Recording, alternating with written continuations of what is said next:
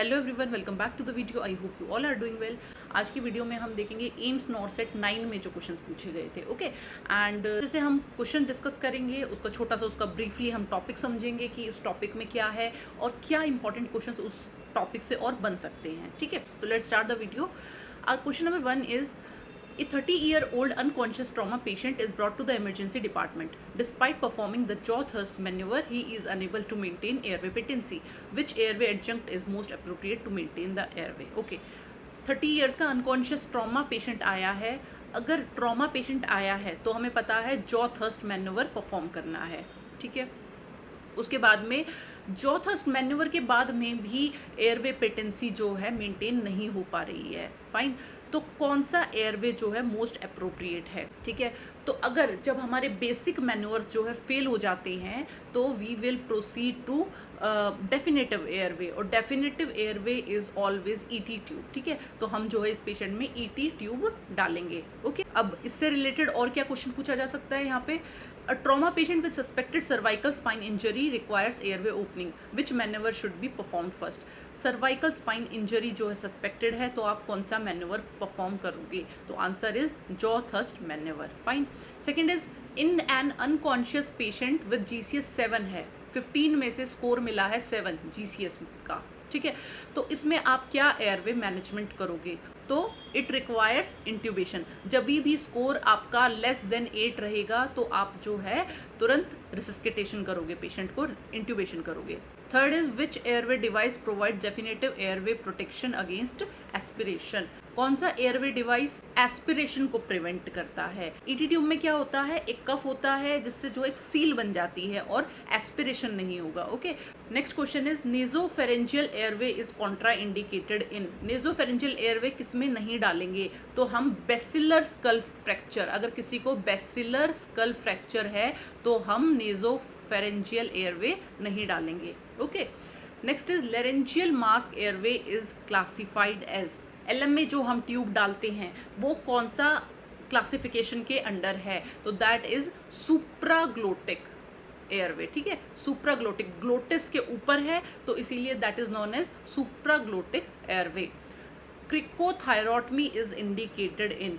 क्रिकोथायरॉटमी कब की जाती है? क्रिकोथायरॉटमी जब की जाती है जब हम वेंटिलेट नहीं कर सकते पेशेंट को।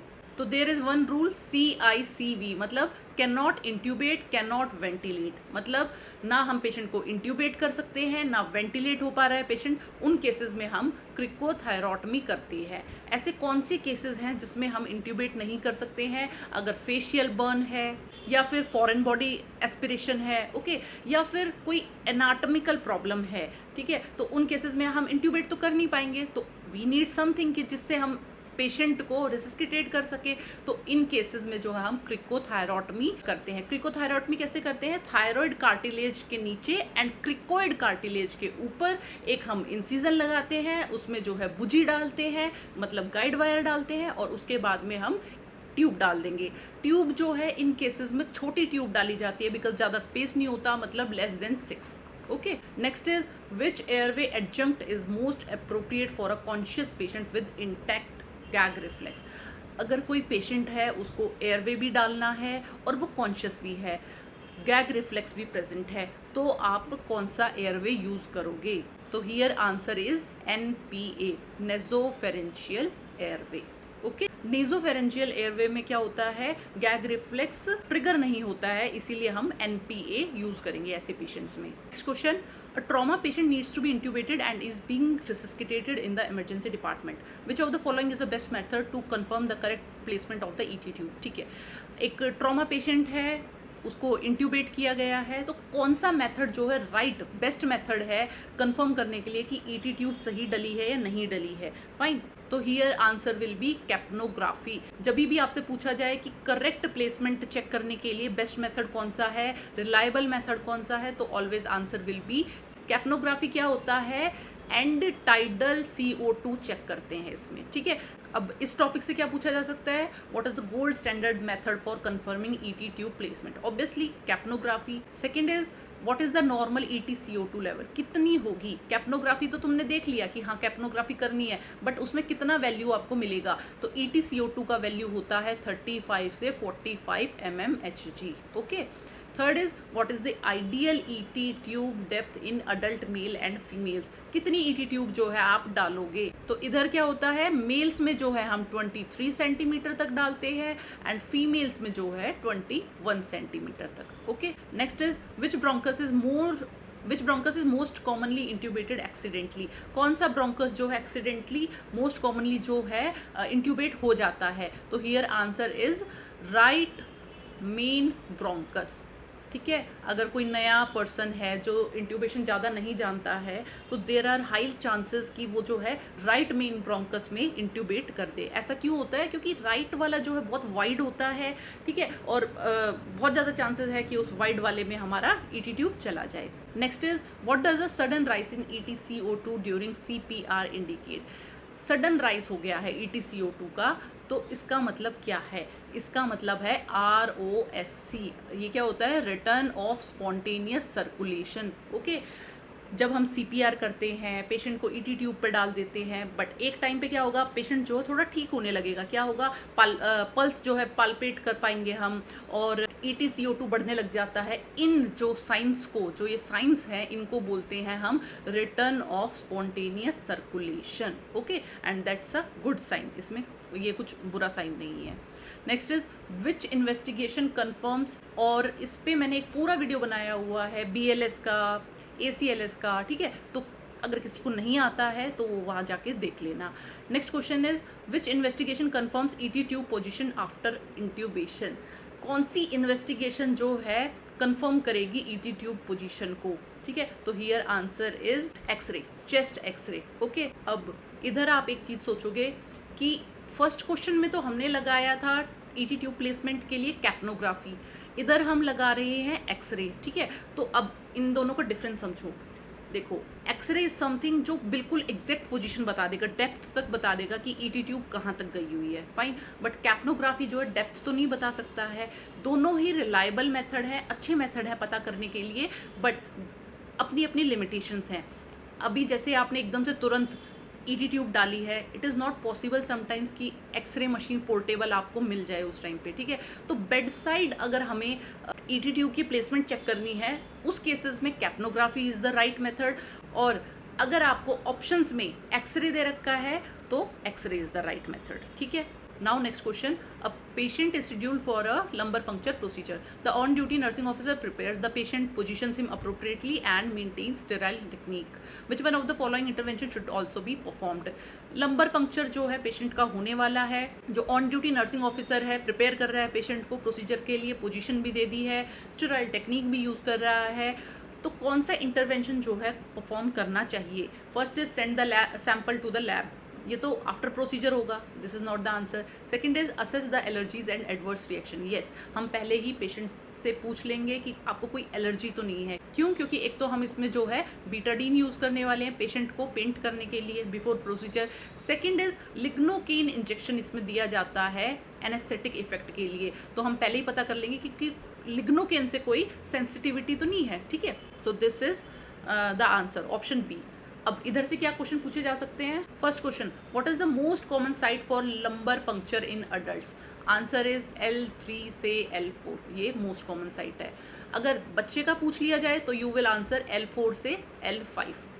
Second, at which vertebral level does the spinal cord end in adults, कौन से लेवल पे जो है स्पाइनल कॉर्ड एंड होती है। Answer is L1 L2। ठीक है, lower border of L1 and upper border of L2। Okay, next question is what is the most common complication after lumbar puncture. LP के बाद में सबसे कॉमन कॉम्प्लिकेशन होता है headache. Okay, next is what is the most important contraindication for lumbar puncture. Contraindication क्या है? Increased ICP। Next is which position is commonly used for performing a lumbar puncture के लिए कौन सी पोजीशन देते हैं हम? C शेप कह सकते हो, फीटल पोजीशन कह सकते हो, या लेटरल रिकम्बेंट पोजीशन। ओके, ये तो है बिफोर LP, और आफ्टर LP क्या दोगे आप? सुपाइन पोजीशन दोगे। ठीक है, ताकि लीकेज ना हो। Fine. Next is what is the most what is the normal CSF pressure कितना होता है? Answer is 50 to 180 H2O। Next is in which disease is lumbar puncture most commonly used for diagnosis? कौन सी disease में most commonly lumbar puncture किया जाता है? Answer is meningitis. Okay, next question is during a blood transfusion a patient complains of chills, low back pain and fever, the nurse first action should be to.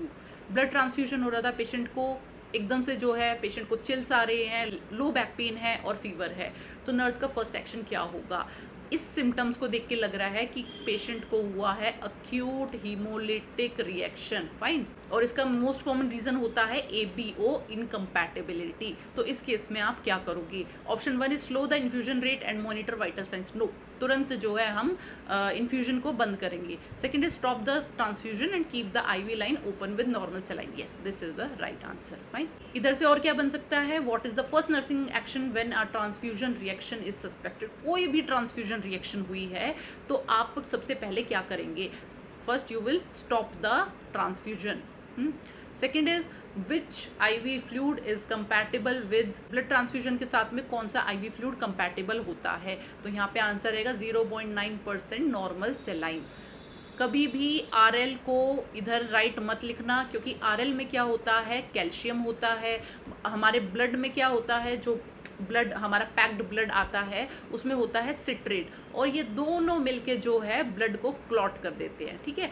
इसीलिए 0.9% NS will be the right answer. Next is what are the sign and symptoms of an acute haemolytic transfusion reaction? क्या sign and symptoms होते हैं acute haemolytic transfusion reaction के?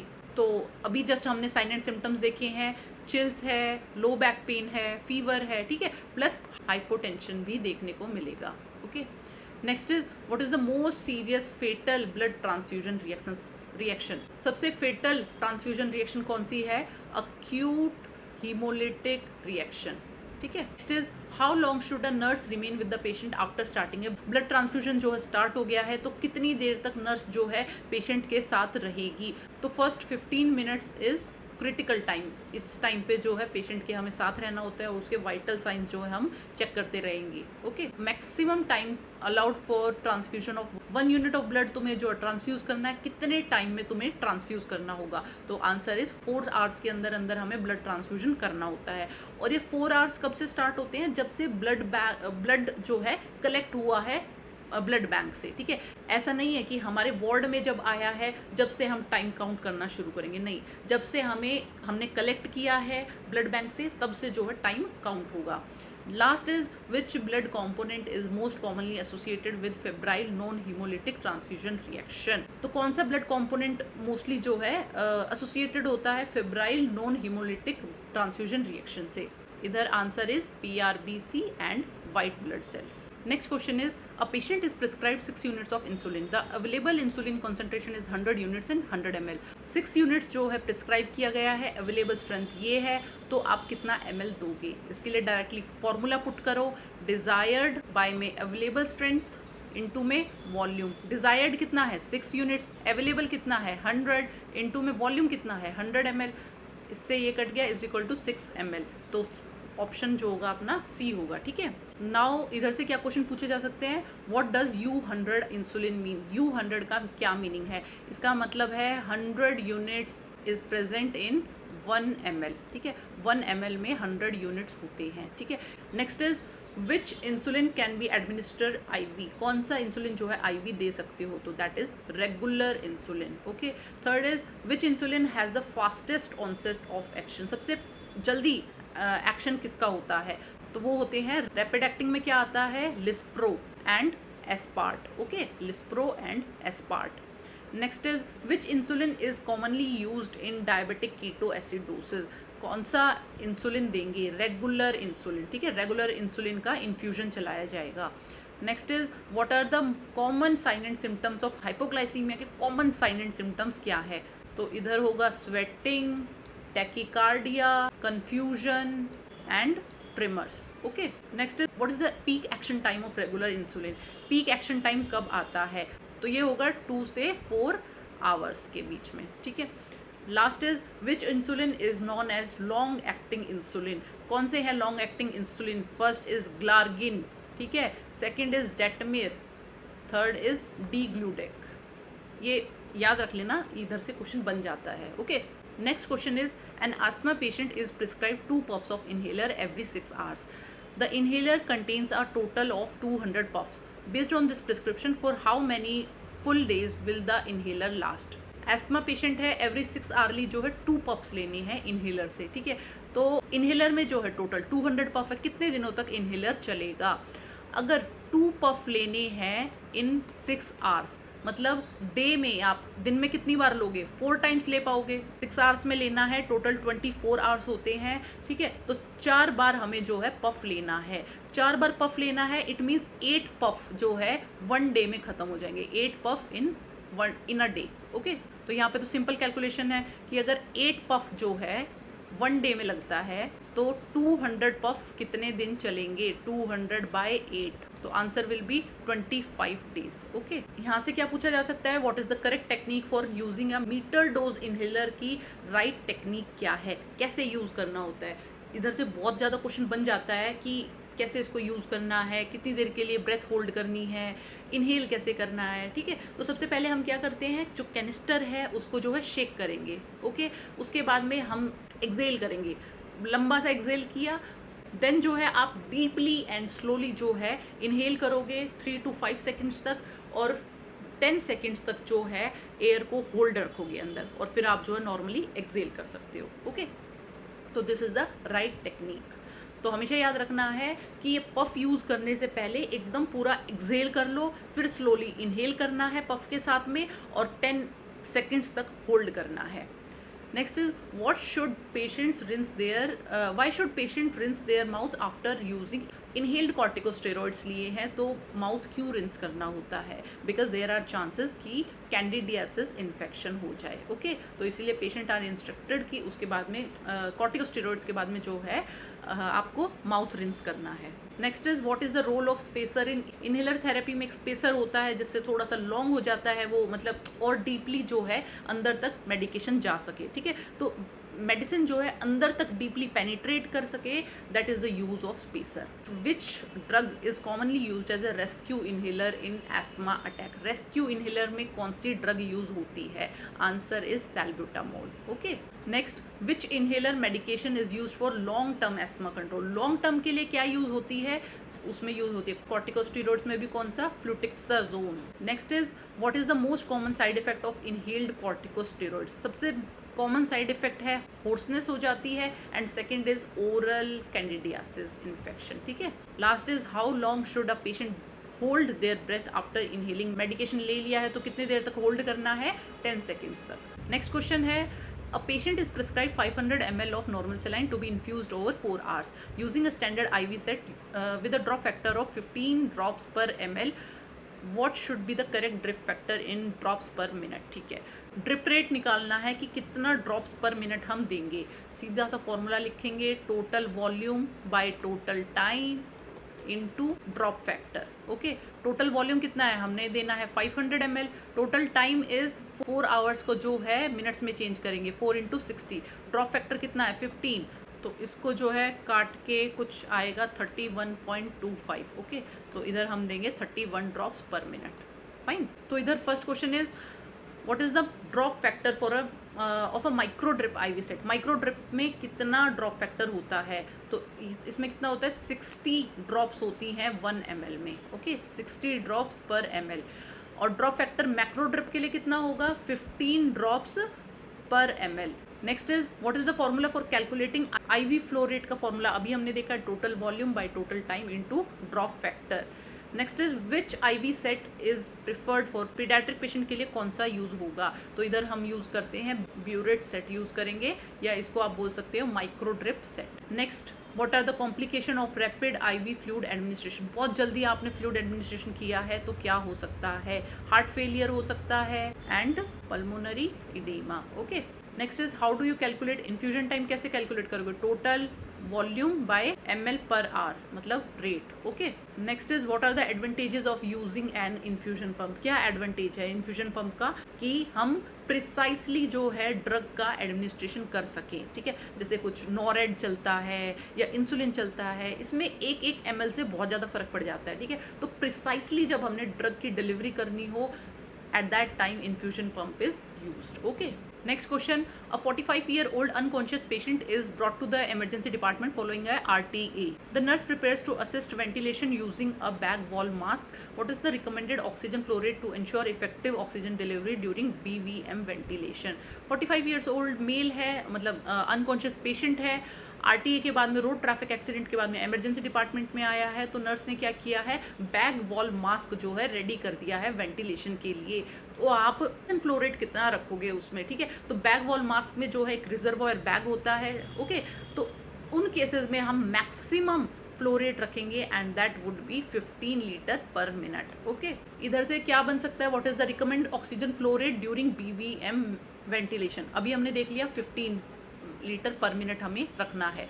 Next is what is the maximum oxygen concentration that can be delivered via using a BVM with a reservoir. कितना oxygen concentration आप दे सकते हो। तो BVM के थ्रू, मतलब रिजर्वॉयर बैग के थ्रू, आप बहुत ज़्यादा ऑक्सीजन कॉन्सेंट्रेशन दे सकते हो and that would be around like 90 to 100%। Okay, सबसे ज़्यादा FiO2 मिलता है रिजर्वॉयर बैग के साथ। What is the most common complication of BVM ventilation? Most common complication होता है gastric distension. Okay. Next is what is the correct ventilation rate during rescue breathing in adults?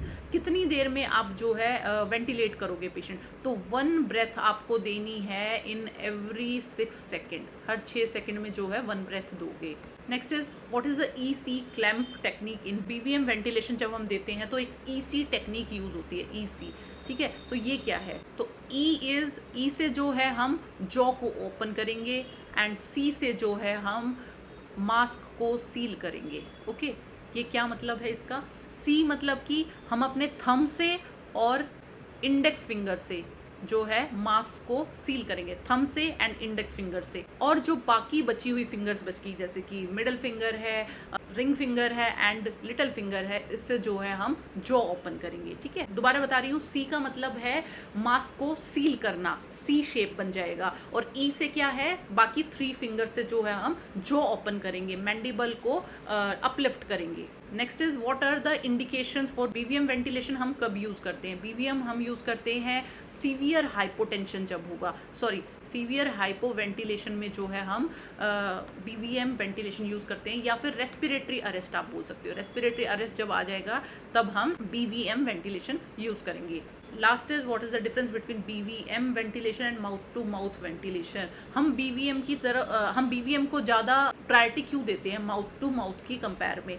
BVM में जो है FiO2 ज़्यादा दिया जाता है, ठीक है। इतना हम माउथ से नहीं दे सकते हैं ऑक्सीजन जितना हम BVM से दे देंगे, ठीक है। प्लस माउथ टू माउथ से जो है क्रॉस इन्फेक्शन का भी खतरा रहता है, ओके। तो इसलिए जो है हम BVM को प्रायोरिटी देंगे। Next question is, a 68-year-old patient with gastrostomy tube has just completed enteral feeding.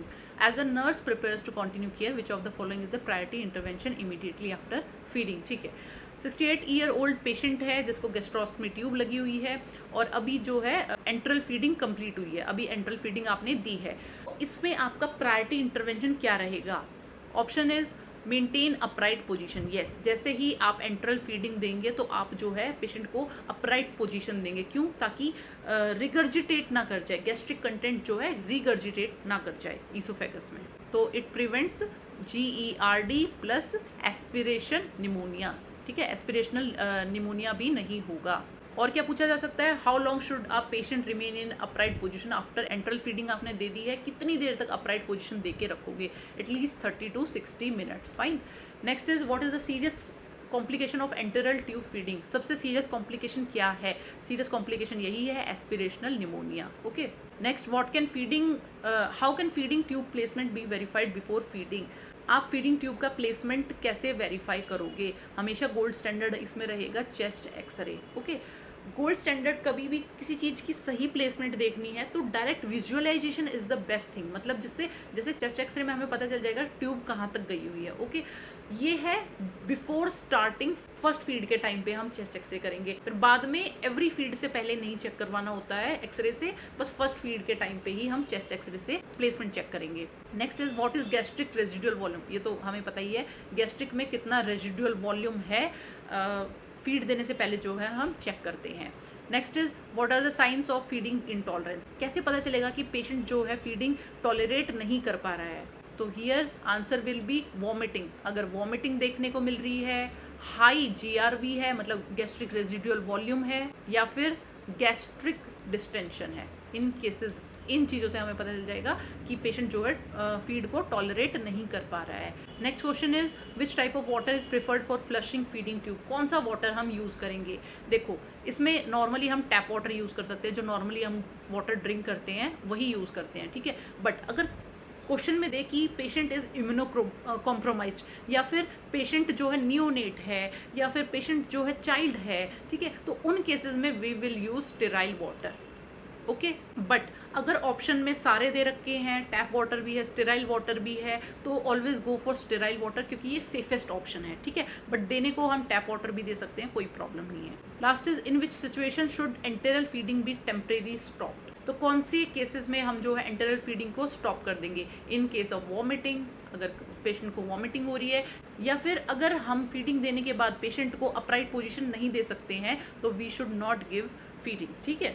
Now next question, a patient is prescribed a drug at the rate of 3 micrograms per minute. The available solution contains 4 mg of the drug in 1000 ml of NS. What should be the correct infusion rate in ml per hour? ठीक है, ये जो drug calculation वाले question है 2 से 3 question आने होते हैं एग्जाम में, ठीक है। तो ये फ्री के नंबर है, इनको मत छोड़ना, ये जरूर प्रैक्टिस करके जाना है, और नहीं आता है तो इसके ऊपर भी वीडियो बना रखी है, वहाँ से देख सकते हो, ठीक है। तो ये नहीं छोड़ के जाना है। अब देखो ये कैसे होगा, एक पेशेंट को जो है हमने 3 माइक्रोग्राम पर मिनट देना है, हमें पता चल गया 3 माइक्रोग्राम देना है 1 मिनट में, ओके। बट हमारे पास अवेलेबल क्या है, हमारे पास अवेलेबल है 4 mg इन 1000 ml NS, ये हमारे पास अवेलेबल है। तो सबसे पहले तो जो ये mg वाली यूनिट है इसको माइक्रोग्राम में चेंज करो, मतलब 4000 माइक्रोग्राम इन 1000 ml NS, ये हमारे पास अवेलेबल है। तो इसका मतलब 4 microgram in 1 ml NS, okay. But अभी हमारे पेशेंट को कितना चाहिए था, 3 माइक्रोग्राम इन 1 मिनट में अगर 3 माइक्रोग्राम चाहिए तो 1 आवर इज इक्वल टू 3 × 60, मतलब 180 माइक्रोग्राम चाहिए 1 आवर में। यहाँ से ये पता चल गया, और ये 4 माइक्रोग्राम होता है 1 ml NS में, ये भी पता चल गया।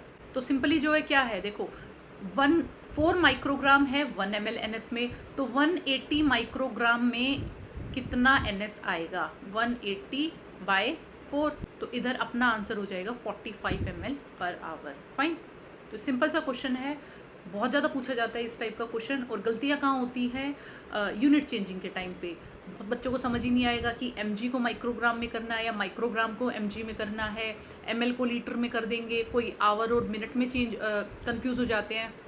ये बेसिक मिस्टेक्स हैं जो यहाँ पे बच्चे करते हैं, ठीक है। और इस प्रॉब्लम का हम कैसे सॉल्यूशन करेंगे, ज़्यादा से ज़्यादा प्रैक्टिस करके। जितने ज़्यादा क्वेश्चन प्रैक्टिस करोगे उतना ही तुम्हारा हाथ बैठ जाएगा और तुम इजीली इसको सॉल्व कर पाओगे, ठीक है। Next question, a 60-year-old patient is undergoing CVC, central venous catheter insertion via the subclavian route. Immediately after the procedure, the patient develops sudden chest pain, tachypnea and absent breath sounds on the right side. Which of the following complication should the nurse suspect? तो क्या था, central line डल रही थी patient को सब क्लेवियन root से, ठीक है। तो सडनली पेशेंट जो है चेस्ट पेन के लिए बोल रहा है, टैकिपनिया दिख रहा है, और ब्रेथ साउंड जो है एब्सेंट है राइट साइड में, तो क्या सस्पेक्ट करेंगे। तो one of the most common complication of central vein catheterisation is pneumothorax, ठीक है। प्लस इसमें बोला गया है जितनी भी इसमें ये इंडिकेशंस दिखाई गई हैं, जैसे चेस्ट पेन बोल रहे हैं, टैकिपनिया बोल रहा है, या एब्सेंट ब्रेथ साउंड्स हैं, ये सब जो है न्यूमोथोरेक्स में मिलेगी, ओके। तो अपना आंसर हो जाएगा न्यूमोथोरेक्स। कि क्या पूछा जा सकता है, which central venous access site has the highest risk of pneumothorax. सबसे ज़्यादा रिस्क किस में रहता है न्यूमोथोरेक्स का, तो वो होता है सबक्लेवियन कैथेटराइजेशन। जब सबक्लेवियन लाइन से हम जो है कैथेटराइजेशन करते हैं, सेंट्रल लाइन डालते हैं, तो न्यूमोथोरेक्स के सबसे ज़्यादा चांसेस हैं। Next is which investigation is routinely done after subclavian CVC इंजर्शन। Subclavian तुमने इंजर्शन कर दिया है सेंट्रल वेन का, तो कौन सा इन्वेस्टिगेशन करवाओगे, वही जो अभी तक हम पढ़ते आ रहे हैं। चेस्ट एक्सरे बहुत ज़रूरी है क्योंकि यही हमें एग्जैक्ट प्लेसमेंट बताएगा ट्यूब का। Next is which side is most commonly affected if pura is punctured during subclavian cannulation. Subclavian तुम लाइन डाल रहे थे, कौन सी साइड जो है ज़्यादा चांसेस हैं कि अफेक्ट हो जाएगी, कौन सी साइड की प्लूरा पंक्चर होगी, तो it will always be ipsilateral. क्या होता है, मतलब सेम साइड, मतलब जिस साइड भी तुम सेंट्रल लाइन डाल रहे हो, राइट साइड डाल रहे हो तो राइट साइड की पंक्चर हो सकती है, एंड लेफ्ट साइड डाल रहे हो तो लेफ्ट साइड की पंक्चर हो सकती है, तो it should be ipsilateral. Okay, next is absent breath sounds after CVC insertion suggest. अगर ब्रेथ साउंड्स एब्सेंट हैं तो इट ऑलवेज सजेस्ट न्यूमोथोरेक्स या हीमोथोरेक्स। ठीक है, नेक्स्ट इज इमरजेंसी ट्रीटमेंट क्या करोगे टेंशन न्यूमोथोरेक्स का। टेंशन न्यूमोथोरेक्स हो गया, आप क्या ट्रीटमेंट करोगे, you will do needle decompression करेंगे, पर नीडल कहाँ पे डालेंगे हम, सेकंड आईसीएस में। ठीक है, सेकंड इंटरकोस्टल स्पेस में मिड क्लेविकुलर लाइन। ठीक है, उसके बाद में which complication is most common with subclavian vein catheterisation, ये हम ऑलरेडी देख चुके हैं, न्यूमोथोरेक्स। ठीक है, next question is a 55-year-old patient with a chest tube for pneumothorax suddenly pulls out the drainage system while repositioning in the bed. What should be the priority nursing action? तो 55-year-old patient है, pneumothorax की वजह से उससे chest tube डाली हुई थी। अब क्या हुआ, ड्रेनेज सिस्टम से एक्सीडेंटली ट्यूब जो है पुल हो गई है। आप क्या करोगे, आप करेंगे place the end of the chest tube into a sterile normal saline bottle. तो जो एंड है ट्यूब का जो पुल आउट हो गया है ड्रेनेज सिस्टम से, उसे हम स्टेराइल नॉर्मल सेलाइन की बॉटल में डाल देंगे ताकि और ज़्यादा एयर उधर जो है अंदर ना जाए। ठीक है, तो answer B is right here. But अगर ये बोलता कि जो ट्यूब है वो चेस्ट से आउट हो गई है, ठीक है, चेस्ट से ट्यूब निकल गई है, तो आप क्या करोगे, you will apply N occlusive dressing over the insertion site. ठीक है, इंसर्शन साइट पे आप ऑक्लूसिव ड्रेसिंग लगा दोगे। अगर ट्यूब ड्रेनेज सिस्टम से निकली है तो स्टेराइल वाटर में डालेंगे, एंड अगर ट्यूब जो है चेस्ट से बाहर निकल गई है तो आप ऑक्लूसिव ड्रेसिंग लगाएंगे। बट इधर से एक चीज़ और पूछ ली जाती है कि ऑक्लूसिव ड्रेसिंग कैसे लगाओगे, तो आप लगाओगे 3 साइडेड टेप। ओके, 3 साइड से आप जो है टेप कर दोगे, बट 4th साइड जो है आप थोड़ा ओपन रखोगे। ओके, क्या पूछा जा सकता है, continuous bubbling in water seal chamber indicates. Continuous bubbling हो रही है वाटर सील चैम्बर में, ठीक है, इससे क्या पता चलता है, इट मीन्स जो है it shows air leakage, air leak show हो रही है। ठीक है, next is normal chest tube drainage system should be kept. Chest tube drainage system को आप कहाँ रखोगे, at the level of patient, below रखोगे, अबव रखोगे, तो obviously you will keep that below chest level. Okay, next is tidaling in chest drain indicates.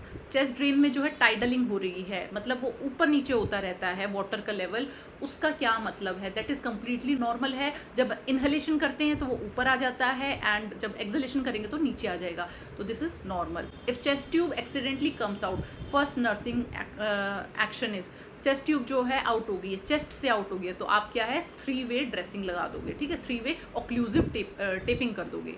Next is which chamber act as a 1 way valve in chest drainage. कौन से chamber में 1 way valve है chest drainage में, तो that is water seal chamber. And last is chest tube insertion for pneumothorax is usually done in which intercostal space. तो अभी बताया second intercostal space, but कई बार ऑप्शन में जो है 2 से 5 भी दिया रहता है, तो दैट इज ऑल्सो ओके। ठीक है, तो 2 से 5 के बीच में 2 second intercostal space, mid clavicular line. Okay, next question is when caring for an adult patient receiving oxygen therapy via high flow nasal cannula, which of the following statements reflect best practice. High flow nasal cannula लगा हुआ है, तो कौन सी जो है best practice है। देखो HFNC क्या होता है, HFNC क्या है, ऑक्सीजन डिलीवरी का ही सिस्टम है, जैसे हमारा नेजल कैनोला होता है या फिर सिंपल मास्क होता है, और क्या होता है, नॉन रीब्रीदर मास्क होता है, वेंचुरी मास्क होता है, ये सब जैसे होते हैं ना, वैसे ही HFNC होता है। ठीक है, HFNC जो है नेजल कैनुला का स्पेशलाइज्ड वर्जन है। ठीक है, नेजल कैनुला में क्या होता है, 44% तक जो है हम FiO2 दे सकते हैं, बट ये थोड़ा सा स्पेशलाइज्ड है। तो इसमें क्या है, हम 21 से 100% तक FiO2 दे सकते हैं, ये इसमें खास बात है। दूसरी बात क्या है कि फ्लो रेट कितना रखेंगे हम इसमें, 60 लीटर पर मिनट तक जो है हम इसमें फ्लो रेट रख सकते हैं। ओके, और क्या करता है, ये ह्यूमिडिफाइड ऑक्सीजन प्रोवाइड करता है। ठीक है, प्लस हीटेड ऑक्सीजन। ओके, अपने नेजल कैनुले में मोस्टली प्रॉब्लम क्या आती थी कि वो ह्यूमिडिफाइड ऑक्सीजन जो है प्रोवाइड नहीं करता था, इसीलिए जो है ड्राइनेस आ जाती थी एयरवे में। बट इस प्रॉब्लम को टैकल करने के लिए इन्होंने क्या किया है, ह्यूमिडिफाइड ऑक्सीजन है, ये इसका पिक्चर मैं यहाँ पे लगा दूंगी, आपको समझ आ जाएगा कि ये कैसा सा दिखता है। ठीक है वैसा सा ही नॉर्मल नेयर्स में लगेगा, 50% ऑफ नेयर्स जो है ये ऑक्यूपाई करेगा। ओके, तो ऑप्शन क्या क्या है, HFNC delivers humidified oxygen only at selected intervals, no ऐसा नहीं है।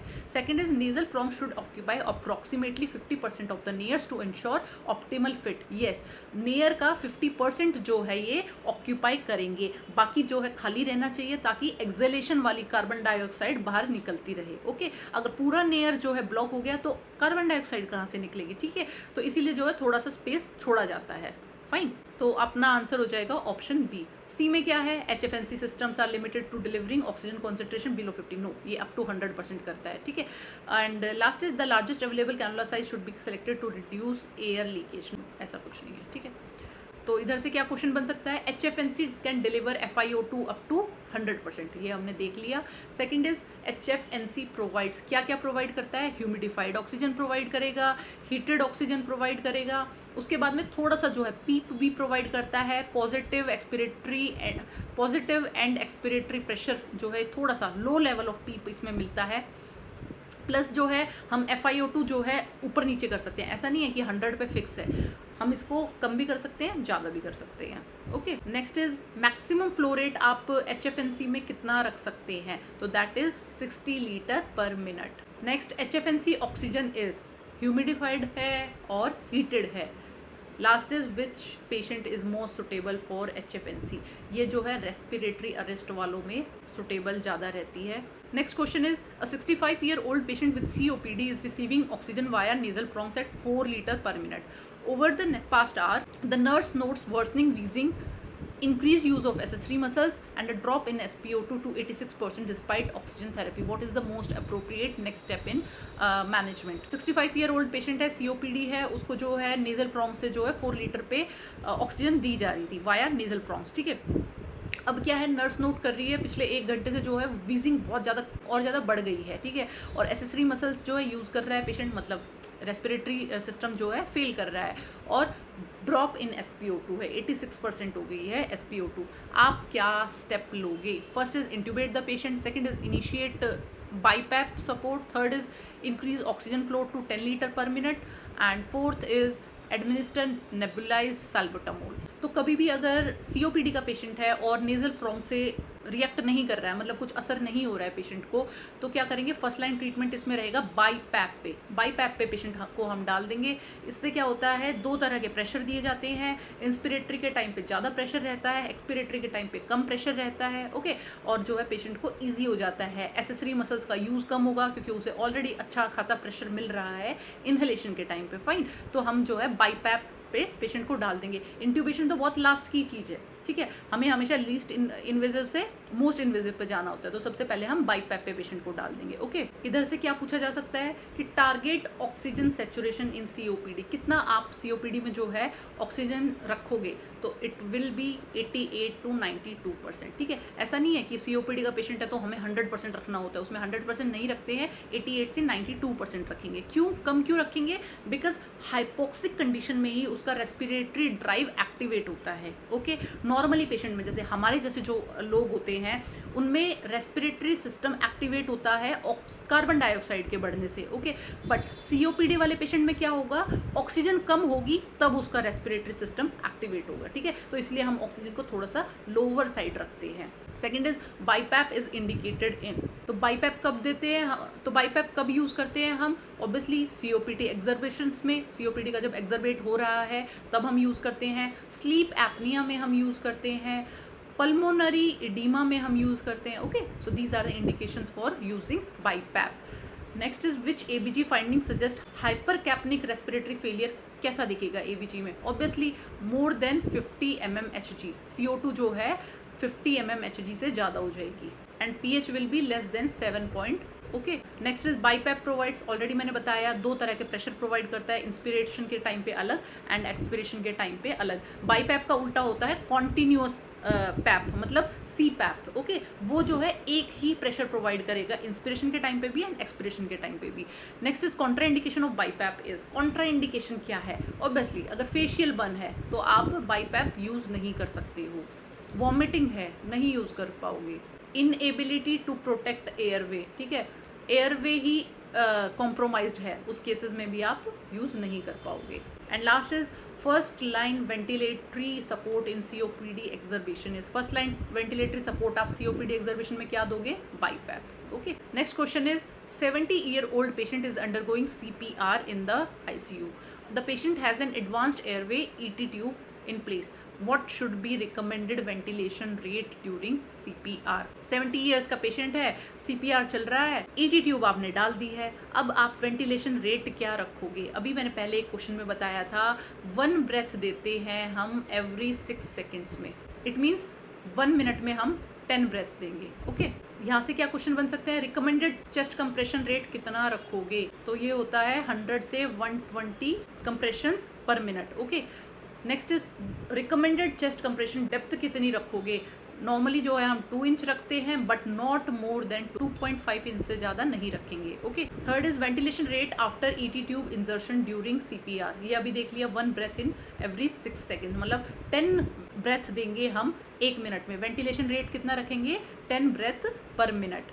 Compression to ventilation ratio in adult CPR without advance airway need allow, compression to ventilation ratio कितना रखोगे, आप रखोगे 30:2, चाहे हमारे पास 2 रेस्क्यूअर्स हैं चाहे 1 रेस्क्यूअर है, we will always keep this 30:2 in case of adult, but अगर बच्चा है तो we will keep it 15:2। Okay, next is first drug used during cardiac arrest, कौन सा ड्रग यूज होता है कार्डियक अरेस्ट के टाइम पे, तो that is epinephrine. Okay, injection epinephrine.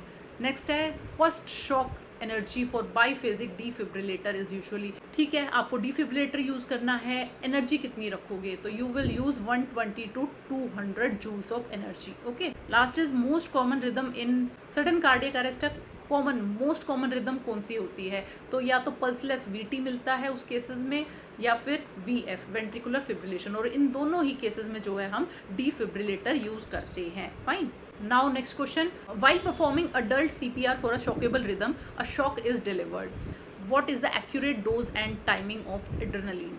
CPR चल रहा था, अडल्ट CPR, शॉकेबल रिदम थी, मतलब डिफिब्रिलेटर हम यूज़ कर सकते थे, शॉक भी दे दिया, अब एड्रेनलिन का क्या टाइमिंग रहेगा और कितना डोज रहेगा, तो फर्स्ट है 10 mg ऑफ एड्रेनलिन, नो, हम हमेशा जो है 1 mg ऑफ एड्रेनलिन यूज़ करते हैं। Second is 1 mg of adrenaline after the second shock, no, हम यूज़ करेंगे सेकेंड शॉक के बाद में। Third is 0.1, no. Fourth is 1 mg adrenaline after the second shock, yes, this is the right answer. इधर से क्या बन सकता है, in a shockable rhythm adrenaline is given first given after which shock, कौन सी शॉक के बाद में हम एड्रेनलिन फर्स्ट टाइम देते हैं, तो सेकेंड शॉक के बाद में हम ADR देते हैं। Next is what is the adult dose of adrenaline during cardiac arrest, कितना हम डोज रखेंगे, that is 1 mg। Next is how often is adrenaline repeated during CPR, कितनी देर में आप जो है एड्रेनलिन को रिपीट करोगे, आंसर इज 3 to 5 मिनट्स पे आप रिपीट करोगे। Next is which rhythm are classified as shockable rhythm, कौन सी होती है, अभी बताया pulseless VT and VF ventricular fibrillation, बहुत इंपॉर्टेंट और बहुत कॉमन क्वेश्चन है, ठीक है, एटलीस्ट ये वाले क्वेश्चंस मत गलत करना, आ जाते हैं। Next is which rhythm are classified as non shockable rhythm, कौन सी है, तो इसमें होता है PEA पल्सलेस इलेक्ट्रिकल एक्टिविटी या फिर asystole. Okay, these are the rhythms जिसमें हम डिफिब्रिलेटर यूज नहीं करेंगे। Next, which anti arrhythmic drug is given after the third shock in VF और PVT? तो आंसर इज एम्योडेरोन यूज होता है, इसका डोज रहेगा 300 mg। Next is what is the preferred route for adrenaline administration during CPR के time पे कौन सा रूट आप जो है प्रेफर करोगे? प्रेफर हम करते हैं IV, और अगर IV नहीं मिल रहा है तो हम दे सकते हैं इंट्राओसियस, ओके, मतलब बोन मैरो में। Now next question, an ICU patient with acute stroke is undergoing suctioning. During the procedure, the patient develops expiratory wheeze and increased work of breathing. Which immediately complication is most likely? तो एक ICU में patient है, acute stroke हुआ है, suctioning हो रही है उसकी। ड्यूरिंग द प्रोसीजर के टाइम पे पेशेंट जो है वीज कर रहा है, एक्सपिरेटरी वीजिंग है, ठीक है, और वर्क ऑफ ब्रीदिंग जो है बढ़ गया है, तो कौन सी कॉम्प्लिकेशन हो सकती है? जब भी आपको वीजिंग सुनाई दे, ठीक है, वीजिंग वर्ड आ जाए, इट मीन्स स्पाजम है, ओके, तो इट मीन्स ब्रोंकोस्पाजम या लैरिंजोस्पाजम, ओके। बाकी ऑप्शंस में एटेलेक्टेसिस में जो है वीजिंग नहीं मिलती है, लैरिंजोस्पाजम में मिलती है, बट अपने फर्स्ट ऑप्शन में 2 स्पाजम दिए हुए हैं, ब्रोंकोस्पाजम एंड लैरिंजोस्पाजम, तो we will go with option A. And last is pneumothorax, नहीं, इसमें कुछ नहीं हो। अब इधर से क्या बन सकता है? Maximum duration of 1 suction pass should be, कितनी देर तक आप मैक्सिमम सक्शन कर सकते हो? तो it should be less than 10 seconds, okay. Second is most common complication of endotracheal suctioning is, सबसे कॉमन कॉम्प्लिकेशन है हाइपोक्सीमिया, ठीक है। जब हम सक्शनिंग करते हैं तो देयर आर चांसेस कि हाइपोक्सीमिया में पेशेंट चले जाए, it is one of the most common complication. Next is hyper oxygenation should be given, hyper oxygenation कितनी देर तक दोगे? तो कभी भी आप सक्शन करोगे, बिफोर और आफ्टर जो है आपको 100% FiO2 पे 30 से 60 सेकेंड के लिए पेशेंट को ऑक्सीजनेट करना होता है, हाइपर ऑक्सीजनेट करना होता है, ओके। बिफोर भी, पहले भी करना है सक्शनिंग से, और आफ्टर भी। Next is negative pressure during adult suctioning is usually, कितना प्रेशर रखोगे? प्रेशर आप रखोगे 100 से 120 mmHg, ओके। नेक्स्ट है which complication can cause sudden wheezing during suctioning, कौन सी कॉम्प्लिकेशन हो सकती है जिससे सडन वीजिंग देखी जाएगी? तो that is bronchospasm, okay. And last is how many suction passes are generally recommended, कितनी बार आप वन टाइम में, एक सेशन में सक्शन कर सकते हो? तो इट वुड बी 2 to 3, 2 से 3 बार आप कर सकते हो, उससे ज़्यादा नहीं करना है। Next is an image shows swelling in the following picture, what is the most likely underline cause? तो इधर जो है एक इमेज दिखाई गई थी पिटिंग इडीमा की, इधर मैं लगा दूंगी एक इमेज, ठीक है। पिटिंग इडीमा कैसे दिखता है? तो क्या कॉज हो सकता है पिटिंग इडीमा का? ऑब्वियसली फ्लूइड ओवरलोड जो है एक रीजन हो सकता है, ओके। इधर क्या बन सकता है क्वेश्चन में? Pitting oedema is commonly seen in fluid overload के केसेस में दिखेगा। फ्लूइड ओवरलोड कब कब होता है? हार्ट फेलियर के केस में हो सकता है, CKD के केस में हो सकता है, लिवर सिरोसिस के केस में हो सकता है, ठीक है। तो दीज आर द रीज़न जब फ्लूइड ओवरलोड हो सकता है, या फिर आप ज़्यादा फ्लूइड दे दो पेशेंट को, वो भी एक रीज़न हो सकता है। Next is which electrolyte abnormality is common in fluid overload, अगर फ्लूइड ओवरलोड हो गया, कौन सी इलेक्ट्रोलाइट एबनॉर्मलिटी सबसे ज़्यादा देखी जाती है? तो आंसर इज हाइपोनेट्रीमिया। सोडियम जो है ना हमारी बॉडी में कम हो जाता है, और वो भी कम नहीं होता है, वो डाइल्यूशनल हाइपोनेट्रीमिया होता है। फ्लूइड ज़्यादा हो गया है इसीलिए हमें सोडियम कम दिख रहा है, सोडियम उतना ही है बट फ्लूइड ज़्यादा होने की वजह से डाइल्यूशनल हाइपोनेट्रीमिया देखने को मिलता है।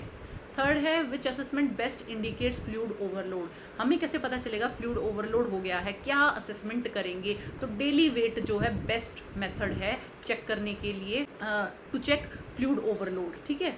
इससे हमें पता चल जाएगा कि रिटेंशन ऑफ फ्लूइड हो रहा है या नहीं हो रहा है। अदरवाइज आप क्रैकल्स चेक कर सकते हो, लंग्स में जो है क्रैकल सुनाई देंगे। Next is which condition commonly cause generalised oedema, NSR का मतलब होता है जनरलाइज्ड एडीमा, किस केसेस में देखने को मिलता है? नेफ्रोटिक सिंड्रोम, ठीक है, या फिर एंड स्टेज किडनी डिसऑर्डर, ठीक है। इन केसेस में जो है हमें जनरलाइज्ड एडीमा देखने को मिलता है।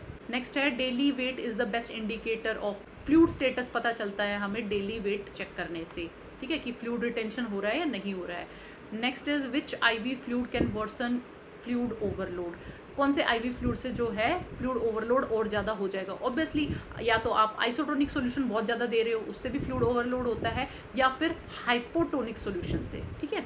And last is normal CVP कितना होता है? It is 2 to 6 mm Hg या फिर 3 to 8 सेंटीमीटर H2O। ओके, ये जो है हमारा नॉर्मल CVP होता है, बहुत कॉमन पूछ लिया जाता है, ये भी पता होना चाहिए। और CVP पे क्या असर पड़ता है फ्लूइड ओवरलोड का, ये भी क्वेश्चन पूछ लिया जाता है। अगर फ्लूइड ओवरलोड होगा तो CVP जो है इंक्रीज हो जाएगा, एंड पेशेंट अगर डिहाइड्रेटेड है तो CVP कम हो जाएगा। Okay, next question is what is the main purpose of A laryngeal mask airway. LMA का मेन पर्पज क्या है? LMA डाला जाता है टेम्परेरीली, जब तक हम डेफिनेटिव ट्रीटमेंट ना दे दे पेशेंट को, मतलब हम ET ट्यूब ना डाल दें, उस केसेस में हम LMA डाल देते हैं। ओके, तो to serve as an alternative to ET tube to maintain patent airway. Okay, ये आंसर हो जाएगा। फर्स्ट ऑप्शन क्या है? Definitive airway for long term ventilation, ये डेफिनेटिव एयरवे नहीं है। Third is to replace tracheostomy, नहीं, रिप्लेस नहीं करता ये। And last is to deliver medication directly to the lungs, no. Okay, तो इधर क्वेश्चन बनेगा LMA is classified as which type of airway. LMA कौन सा टाइप ऑफ एयरवे है? ऑलरेडी हम पढ़ चुके हैं एक बार, ये सुप्राग्लोटिक है, ठीक है, ग्लोटिस के ऊपर। Next is LMA is inserted into supraglottic, glottis के ऊपर। Next is which airway provides best aspiration protection then. LMA से बेटर कौन सा ऐसा एयरवे है जो बेस्ट प्रोटेक्शन देता है एस्पिरेशन के? ओके, तो that would be ET tube. क्या है? एस्पिरेशन के चांसेस को बहुत ज़्यादा कम कर देती है, बिकॉज उसमें जो है एक कफ्ड सीलिंग बन जाती है जिससे एस्पिरेशन नहीं होगा। Next is LMA is commonly use for, कब यूज़ करते हैं ये? हम शॉर्ट टर्म के लिए यूज़ करते हैं, ठीक है, जब तक डेफिनेटिव हम एयरवे नहीं डाल देते तब तक के लिए जो है हम LMA यूज़ करते हैं। Next is LMA is Contra indicated in, obviously अगर फेशियल बर्न है या कोई, या पेशेंट जो है प्रेग्नेंट है या फिर ओबीज पेशेंट है, ठीक है, तो इन केसेस में हम LMA यूज़ नहीं करते हैं। Next is which generation of LMA has a gastric drainage channel, तो इसका आंसर होगा सेकेंड जनरेशन LMA में क्या होता है? गैस्ट्रिक ड्रेनेज चैनल होता है। इसका एग्जाम्पल है प्रोसील और supreme LMA। Okay, and last is LMA is positioned above which structure, किस स्ट्रक्चर के ऊपर हम LMA को पोजीशन करेंगे, रखेंगे? तो दैट इज ग्लोटिस के ऊपर। नाम से पता चल रहा है, सुप्राग्लोटिक एयरवे बोलते हैं ना, तो ग्लोटिस के ऊपर इसको रखा जाएगा। Okay, now come to the next question. During enterotracheal intubation an anesthetist uses a bougie introducer. What is the primary purpose of using a bougie in this procedure? ठीक है, ET ट्यूब से पहले हम जो है गाइड वायर डालते हैं जिसका नाम होता है बुजी, ठीक है, सभी को पता है। तो इसका प्राइमरी पर्पस क्या होता है? ऑप्शन ए है to assist ET tube together when vocal cords are partially और पुअरली विजुअलाइज्ड, तो ये है अपना राइट आंसर। तो क्या है, जब हमें वोकल कॉर्ड जो है अच्छे से नहीं दिख पाती हैं या फिर पार्शियली जो है विजुअलाइज होती हैं, उस केसेस में हम पहले बुजी डालते हैं, इंट्रोड्यूसर डालते हैं, मतलब गाइड वायर डालते हैं, और उसके बाद में हम ET ट्यूब डालेंगे, ठीक है। तो option A is right here. बाकी ऑप्शन रॉन्ग है। To deliver anesthetic drug, no. Third is to prevent aspiration during intubation, no. And fourth is to evaluate airway patency before tube insertion, no. तीनों ही नहीं है, fine. तो इधर question बनेगा a bougie is primarily used for, क्यों use होती है? बुजी यूज होती है एज अ गाइड वायर जब हमें अच्छे से वोकल कॉर्ड्स दिखाई नहीं दे रही हो, ठीक है। Next is which Cormack Lehane grade commonly requires a bougie. एक कॉर्मेक-लेन ग्रेड जो है एक ग्रेडिंग सिस्टम है जिससे हमें पता चलेगा कि बुजी का यूज़ करना है या नहीं करना है। ओके, देखो दो तरह की स्कोरिंग होती है। एक तो होती है मल्लम पट्टी स्कोरिंग, जो हमने खूब सुनी है, ठीक है, बहुत बार क्वेश्चन में बहुत बार जो एग्जाम में पूछी भी जाती है। इसके अलावा दूसरी स्कोरिंग होती है कॉर्मेक-लेन ग्रेडिंग, ठीक है। ये क्या होता है? पट्टी की जाती है बिफोर सर्जरी, पहले ही हम देख लेंगे पेशेंट का एयरवे कि इजीली इसमें इंट्यूबेशन हो सकता है या नहीं हो सकता है, फाइन। बट कॉर्मेक-लेन ग्रेड क्या है? तुम जो है इंट्यूबेशन स्टार्ट कर चुके हो, ठीक है, और तुमने जो है मसल रिलैक्स कर दी है बॉडी की, उसके बाद में लेरिंजोस्कोपी से देखा कि इसमें इंट्यूबेशन आसान है या नहीं है, इसमें बुजी डाल सकते हैं या नहीं डाल सकते हैं। तो कॉर्मेक-लेन ग्रेड जो है एक ग्रेडिंग सिस्टम है जिसमें ग्रेड 1 होता है, 2 होता है, 3 एंड 4। अब 2 में भी 2A होता है एंड 2B होता है, फाइन। अब 1 में अगर सब कुछ अच्छे से विजुअलाइज है, ठीक है, ग्लोटिस दिख रहा है और वोकल कॉर्ड्स अच्छे से दिख रही हैं, तो there is no problem in intubation, उसको हम ग्रेड 1 में डालेंगे। और ग्रेड 1 में जो है बुजी की ज़रूरत नहीं है। ओके, 2A क्या है? हमें जो है थोड़ा सा कुछ partial part of vocal cords दिख रहा होगा, पार्शियल हमें ग्लोटिस दिख रहा होगा, ठीक है। वो आएगा 2A में। ये भी इंट्यूबेशन ईजिली हो सकता है, थोड़ा सा माइनर रेजिस्टेंस आएगा बट विदाउट बुजी हो जाएगा, फाइन। बट 2B में क्या है, हमें ग्लोटिस नहीं दिखेगा, ओनली एरेक्टिनॉइड्स दिखेंगे, ठीक है। तो इस केसेस में बुजी डालनी ही पड़ेगी। ऑप्शन 3 मतलब ग्रेडिंग 3, इसमें भी बुजी डालनी पड़ेगी। और फोर्थ जो एक्सट्रीमली डिफिकल्ट है, इसमें और ज़्यादा एडवांस एयरवे की तरफ हमें जाना पड़ेगा, मतलब ईटी इंट्यूबेशन इसमें पॉसिबल नहीं हो पाएगा। Okay, so this is Cormack Lehane grading. Okay, तो अभी हमारे क्वेश्चन में पूछा which Cormack Lehane grade commonly requires a bougie, कौन से उसमें चाहिए बुजी चाहिए, तो हमें चाहिए 2B में एंड 3 में, ये ग्रेडिंग है। Okay, option question number 3, the tracheal clicks sign confirms placement of. Tracheal clicks जो है, ट्रैकियल क्लिक्स क्या कंफर्म करती है, ट्रैकियल क्लिक्स कंफर्म करती है कि bougie is in the trachea. होता क्या है, जब बुजी का टिप ट्रैकिया की रिंग से टकराता है, वो थोड़ी हार्ड होती है, तो एक क्लिक वाली साउंड आती है जिससे हमें पता चलेगा yes our bougie is in trachea. Okay, next is what is the hold up sign during bougie insertion. आप बुजी इंसर्ट कर रहे थे, होल्ड अप साइन क्या होता है, होल्ड अप साइन होता है जैसे जब हम बुजी इंसर्ट करते हैं तो 24 से 28 सेंटीमीटर पे हमें एक रेजिस्टेंस फील होता है स्मॉल एयरवेज की वजह से, मतलब ब्रोंकाई की वजह से। ओके, जैसे जैसे हम आगे जाएंगे, एडवांस जाएंगे लंग्स में, तो ब्रोंक्यूल्स बनते जाएंगे, छोटे होते जाएंगे ब्रोंकस, तो उस केसेस में होल्ड अप साइन हमें दिखेगा, मतलब एक रेजिस्टेंस फील होगा बुजी को आगे बढ़ाने के लिए, तो इट्स अ गुड साइन। इसका मतलब ये है कि bougie is at the right place, bougie is not in the oesophagus. Okay, next is bougie assisted intubation is most useful in, कब यूज होती है, जब डिफिकल्ट एयरवे होगा। Next is which difficult airway device is commonly used before surgical airway. तो कौन सा airway device जो है हम टेम्परेरी लगा देते हैं सर्जिकल एयरवे से पहले, that is LMA, laryngeal mask airway. And last is bougie is inserted before advancing which airway device, that is ET tube डालने से पहले जो है बुजी यूज़ की जाती है। Okay, next is the image shows an instrument use in obs and gynae for packing and traction, identify the instrument. Green Armytage forceps दिखाई गई थी, तो इसकी जो है हमें इमेज पता करनी थी कि ये कौन सी इमेज है, ठीक है।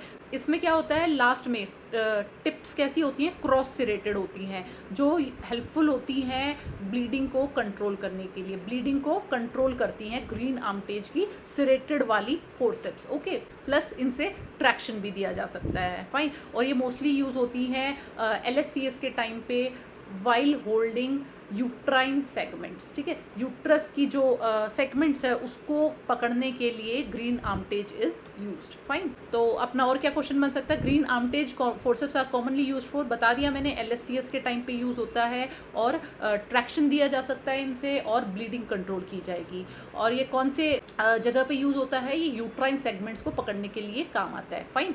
Second is sponge holding forceps का क्या काम है, it is use for painting. Okay, surgery से पहले पेंट करना पड़ता है बॉडी पे, जो भी पार्ट की सर्जरी होनी है, तो उस टाइम पे sponge holding forceps are used. Third is Allis tissue forceps are classified as. Allis tissue forceps कब यूज़ होती है, ये यूज़ होती है टिश्यूज़ को होल्ड करने के लिए एंड ग्रेस्प करने के लिए, holding and grasping of dense tissues, ठीक है। डेंस टिश्यूज़ जो हैं उनको होल्ड करने के लिए एलिस फोर्सेप्स इज यूज्ड। इसमें आप बोल सकते हैं डेंस एंड स्लिपरी टिश्यूज़, ठीक है। जो स्लिपरी टिश्यूज़ होते हैं, फिसल जाते हैं, बाकी फोर्सेप्स से नहीं कैच कर पाते हैं हम, उस केसेस में Allis forceps is used. Next is Kocher forceps. Kocher forceps कब यूज़ होती है, ये यूज़ होती है टफ टिश्यूज़ को पकड़ने के लिए, जो टफ सर्फेसेस होते हैं उनको पकड़ने के लिए कॉकर यूज़ होती है, ठीक है। देखो ये सब चीज़ें ना होल्ड करने के काम आ रही है, ग्रीन आर्मटेज भी किसी चीज़ को होल्ड कर रही है, एलिस भी कर रही है, कॉकर भी कर रही है, पर हर एक का अलग अलग एरिया है कि अगर डेंस टिश्यू है, स्लिपरी टिश्यू है, तो हम एलिस फोर्सेप्स यूज़ करेंगे। ओके, बट अगर यूट्राइन सेगमेंट्स है जिसमें हमें हीमोस्टेसिस भी करना है और चीज़ को पकड़ना भी है, ट्रैक्शन भी देना है, then when we can use Green Armytage, ठीक है। तो अलग अलग एरिया में अलग अलग फोर्सेप्स यूज़ की जाएगी, फाइन, बट यूज़ सबका ऑलमोस्ट सेम ही है। Next is which forceps are commonly use to hold the edges of the uterine incision during LSCS में यूट्राइन इंसिजन को पकड़ने के लिए कौन सी फोर्सेप्स यूज की जाती है, and answer is Green Armytage forceps. Next is Babcock forcep are use to hold, ये यूज होती है डेलिकेट टिश्यूज को पकड़ने के लिए, जैसे हमारी वेसल्स होती हैं, ठीक है, या फिर हमारी फेलोपियन ट्यूब है, या फिर हमारी अपेंडिक्स है। इन स्ट्रक्चर्स को पकड़ने के लिए हम बैबकॉक यूज करते हैं ताकि वो क्रश ना हो जाए। Okay, so this is all about forceps. Now come to next question. A pediatrician orders IV calcium for a 1-year-old with symptomatic hypocalcemia. Which method of administration should not be performed? है 1 साल के बच्चे को IV calcium दे रहा है, ठीक है, क्योंकि बच्चे को जो है हाइपोकैल्सीमिया है, तो कौन सा एडमिनिस्ट्रेशन आप नहीं परफॉर्म करोगे? First is fast IV, obviously यही आंसर है। जब भी हमारे ये कोई आइनोट्रॉप्स हैं या ये इलेक्ट्रोलाइट्स होते हैं, ठीक है, कैल्शियम है, पोटेशियम है, ये हम कभी भी फास्ट नहीं देंगे, ठीक है, अदरवाइज हमें ब्रेडिकार्डिया देखने को मिल सकता है, एरिथमिया देखने को मिल सकता है, ठीक है, सीधा सीधा जो है ये कार्डियक पे असर करते हैं। फाइन, तो ये कभी भी हम फास्ट IV नहीं देते हैं। और क्या पूछा जा सकता है? Rapid IV administration of calcium gluconate में कॉज ब्रेडिकार्डिया कर सकता है, एरिथमिया कर सकता है। Next is drug of choice for symptomatic hypocalcaemia, क्या दोगे? 10% कैल्शियम ग्लूकोनेट दोगे, ठीक है। ECG फाइंडिंग क्या दिखेगी हाइपोकैल्सीमिया में? हमें दिखेगा प्रोलोंग QT सेगमेंट या फिर प्रोलोंग ST सेगमेंट, ये हमें दिखने को मिलेगा हाइपोकैल्सीमिया में। हाइपोकैल्सीमिया शुड बी एडमिनिस्टर, कैसे एडमिनिस्टर करोगे? IV, ठीक है। Next is which electrolyte abnormality commonly accompanies, hypocalcaemia के साथ में कौन सी एबनॉर्मेलिटी इलेक्ट्रोलाइट की मिलती है? देखो, कैल्शियम में और फॉस्फेट में इनवर्स प्रोपोर्शन है, ठीक है, अगर कैल्शियम बढ़ेगा तो फॉस्फेट घटेगा एंड वाइस वर्सा। ओके, तो अगर कैल्शियम कम हो रहा है, हाइपोकैल्सीमिया है, तो आपको हाइपरफॉस्फेटेमिया मिलेगा, एक चीज़। दूसरी चीज़ हमें इसमें देखने को मिलेगा हाइपोमैग्नीशिया। ओके, मैग्नीशियम जो है कैल्शियम के साथ साथ चलेगा। नेक्स्ट इज एक्स्ट्रावेसेशन ऑफ कैल्शियम का एक्स्ट्रावेसेशन हो गया तो क्या हो सकता है? ऑब्वियसली इससे जो है आपका टिश्यू नेक्रोज हो सकता है, ठीक है, नेक्रोज हो जाएगा, प्लस क्या हो सकता है? Chemical burn. फाइन, ये चीज़ें देखने को मिल सकती हैं। Next question is a patient is receiving extracorporeal membrane oxygenation with stable machine settings, suddenly the patient oxygen saturation drops to 85%, what should be the priority nursing action, ठीक है। ECMO लगा हुआ है, ठीक है। अब पहले तो समझो ECMO क्या होता है। ECMO एक ऐसी मशीन है जो यूज्ड होती है जब किसी पेशेंट का लंग खराब हो जाए, बिल्कुल रेस्पिरेटरी अरेस्ट है, बिल्कुल ही लंग्स काम नहीं कर रहे हैं, उस केसेस में ECMO यूज़ होती है। फाइन, मतलब आर्टिफिशियल लंग आप इसको समझ लो। अब ये भी 2 टाइप की होती है, एक होती है VV और एक होती है VA। ये होता है VV मतलब वीनो वीनस ECMO, ठीक है, और दूसरी होती है VA, veno arterial ECMO। Fine, VV ECMO use होती है लंग्स के लिए जब लंग्स खराब हो जाएंगे, एंड VA ECMO यूज़ होती है जब लंग्स प्लस हार्ट दोनों ही फेलियर है, दोनों ही अरेस्ट में है, उस केसेस में हम VA ECMO यूज़ करेंगे, ठीक है। इसमें क्या होता है, एक मशीन होती है आउटसाइड द बॉडी से, आपका जैसे फॉर एग्जांपल हैंड में जैसे हम फिस्टुला बनाते हैं डायलिसिस के टाइम पे, उसी तरीके से जो है ब्लड जो है बाहर जाएगा, मशीन में जाएगा, ब्लड जो है ऑक्सीजनेट किया जाएगा मशीन के थ्रू, एंड वापस जो है हैंड के थ्रू जो है अंदर बॉडी में आ जाएगा। फाइन, तो ये जो है ECMO मशीन का काम है। ओके, अब सीधी सी बात है, अगर ब्लड बाहर जा रहा है तो क्या क्या प्रॉब्लम आ सकती है? क्लॉटिंग हो सकती है ब्लड की, थ्रोम्बोसिस हो सकता है, इन्फेक्शन हो सकता है, फाइन, हाइपोटेंशन हो सकता है, ये सब प्रॉब्लम इसमें देखने को मिलेगी, ठीक है। तो अब आते हैं क्वेश्चन पे। क्वेश्चन में क्या पूछा गया है कि सडनली जो है ECMO पे पेशेंट को ECMO मशीन लगी हुई थी, सडनली जो है ऑक्सीजन सैचुरेशन ड्रॉप कर गया है, तो आप सबसे पहले क्या करोगे, ठीक है।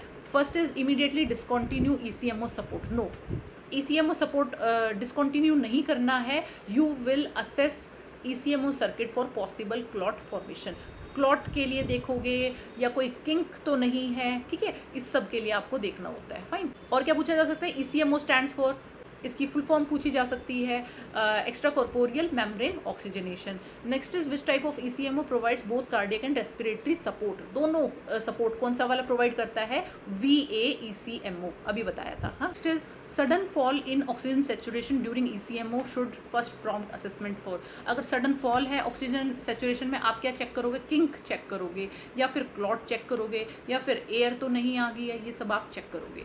Next is anticoagulant commonly use during ECMO is, अब बॉडी से बाहर जो है ऑक्सीजन ब्लड जा रहा है, क्लॉटिंग के बहुत ज़्यादा चांसेस है, तो कौन सा एंटीकोएगुलेंट हम यूज़ करेंगे, we will use heparin. Okay, most common complication of ECMO is, तो मोस्ट कॉमन कॉम्प्लिकेशन अपनी रहेगी यहाँ पे ब्लीडिंग, क्यों रहेगी, क्योंकि हेपेरिन यूज़ हो रहा है तो देयर आर चांसेस कि ब्लीडिंग डिसऑर्डर कोई देखने को मिल जाए या फिर क्लॉट फॉर्मेशन। ठीक है, इन दोनों में से ये दोनों ही मतलब कॉमन कॉम्प्लिकेशन है ईसीएमओ की।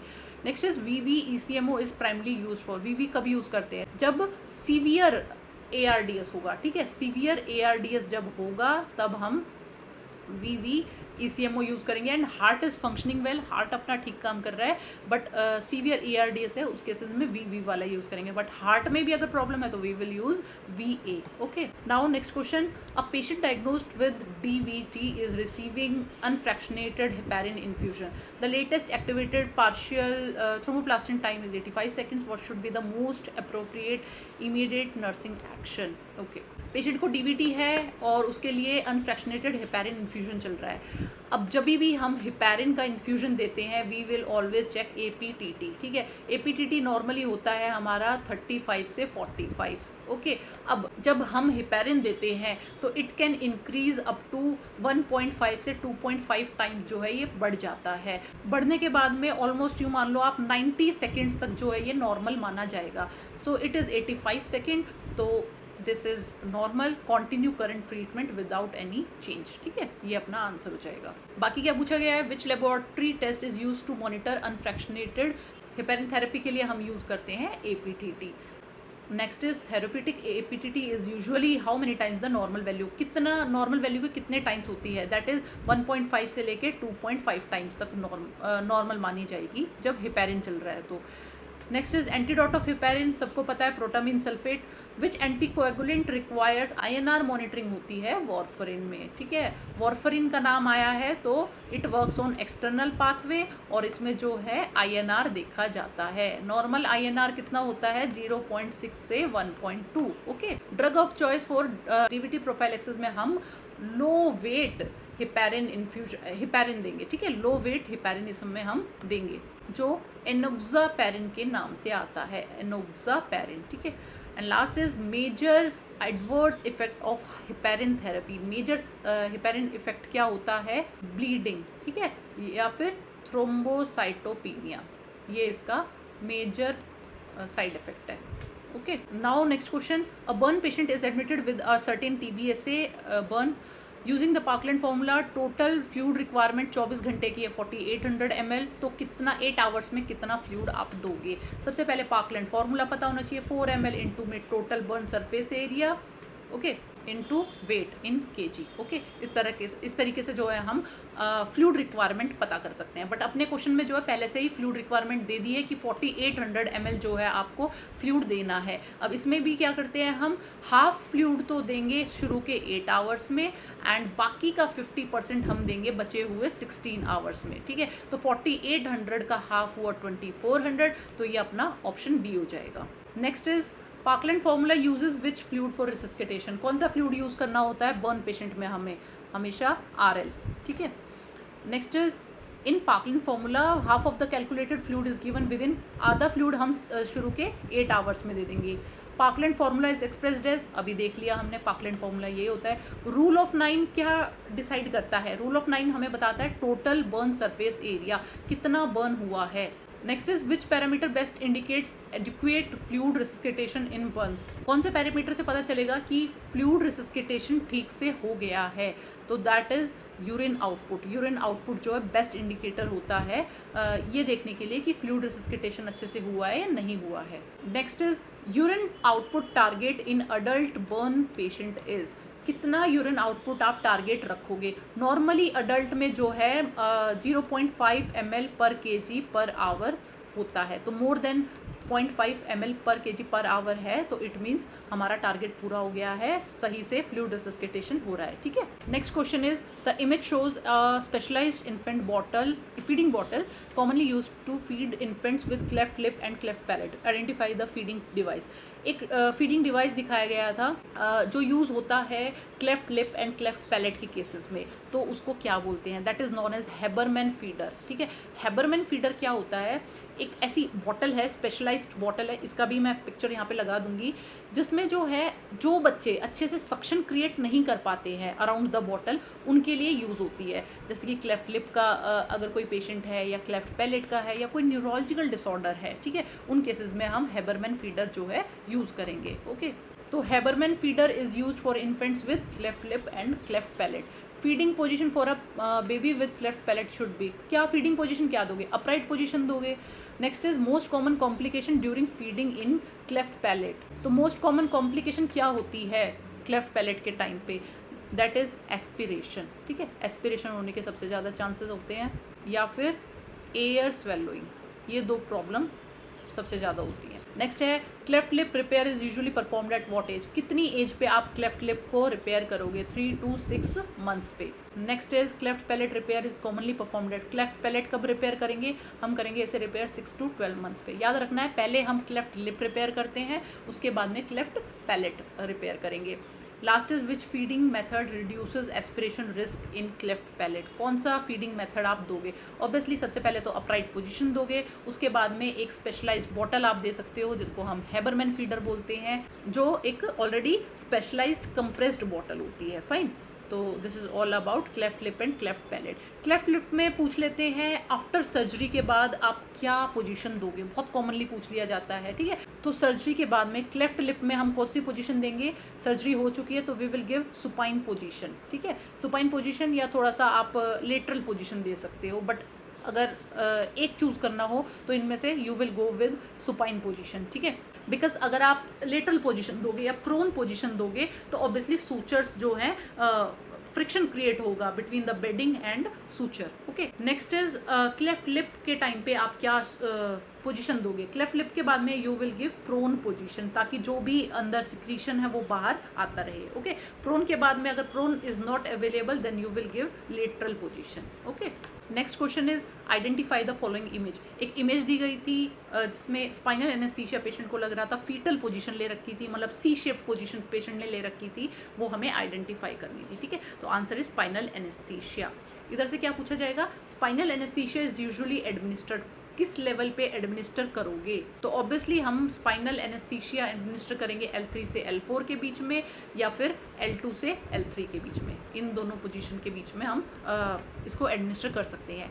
Next is most common complication of spinal anesthesia. Most common complication है हाइपोटेंशन, ठीक है। हाइपोटेंशन के बहुत ज़्यादा चांस रहते हैं। Next, hypotension after spinal anesthesia occurs due to, क्यों होती है हाइपोटेंशन? क्यों होती है? बिकॉज सिम्पैथेटिक नर्वस सिस्टम जो है ब्लॉक हो जाएगा, ओके। सिम्पैथेटिक नर्वस सिस्टम ब्लॉक हो जाता है जिसकी वजह से हाइपोटेंशन होगी। Next is which local anaesthetic is commonly used for spinal anaesthesia? कौन सा लोकल एनेस्थीसिया यूज किया जाता है? We will use bupivacaine, okay. Next is post spinal headache is caused by, क्यों होता है पोस्ट स्पाइनल हेडेक क्यों होता है? It occurs due to CSF leakage, ठीक है। CSF लीकेज की वजह से जो है पोस्ट स्पाइनल हेडेक देखने को मिलता है। And last is Contra indication, कब हम स्पाइनल एनेस्थीसिया नहीं देंगे? इंक्रीज्ड ICP में नहीं देंगे, या कोई लोकल इन्फेक्शन वहाँ पे प्रेजेंट है एट द साइट तो भी नहीं देंगे। Next is A nurse hears an alarm from an infusion pump attached to a patient. What should be the nurse's next action? एक नर्स है और उसने सुना इन्फ्यूजन पंप जो है अलार्म कर रहा है, ठीक है। तो आपका नेक्स्ट एक्शन क्या होगा? फर्स्ट है turn off the alarm and continue care. Alarm close turn off कर दोगे और केयर स्टार्ट करोगे? नो, कभी भी अलार्म्स को हम इग्नोर नहीं करेंगे।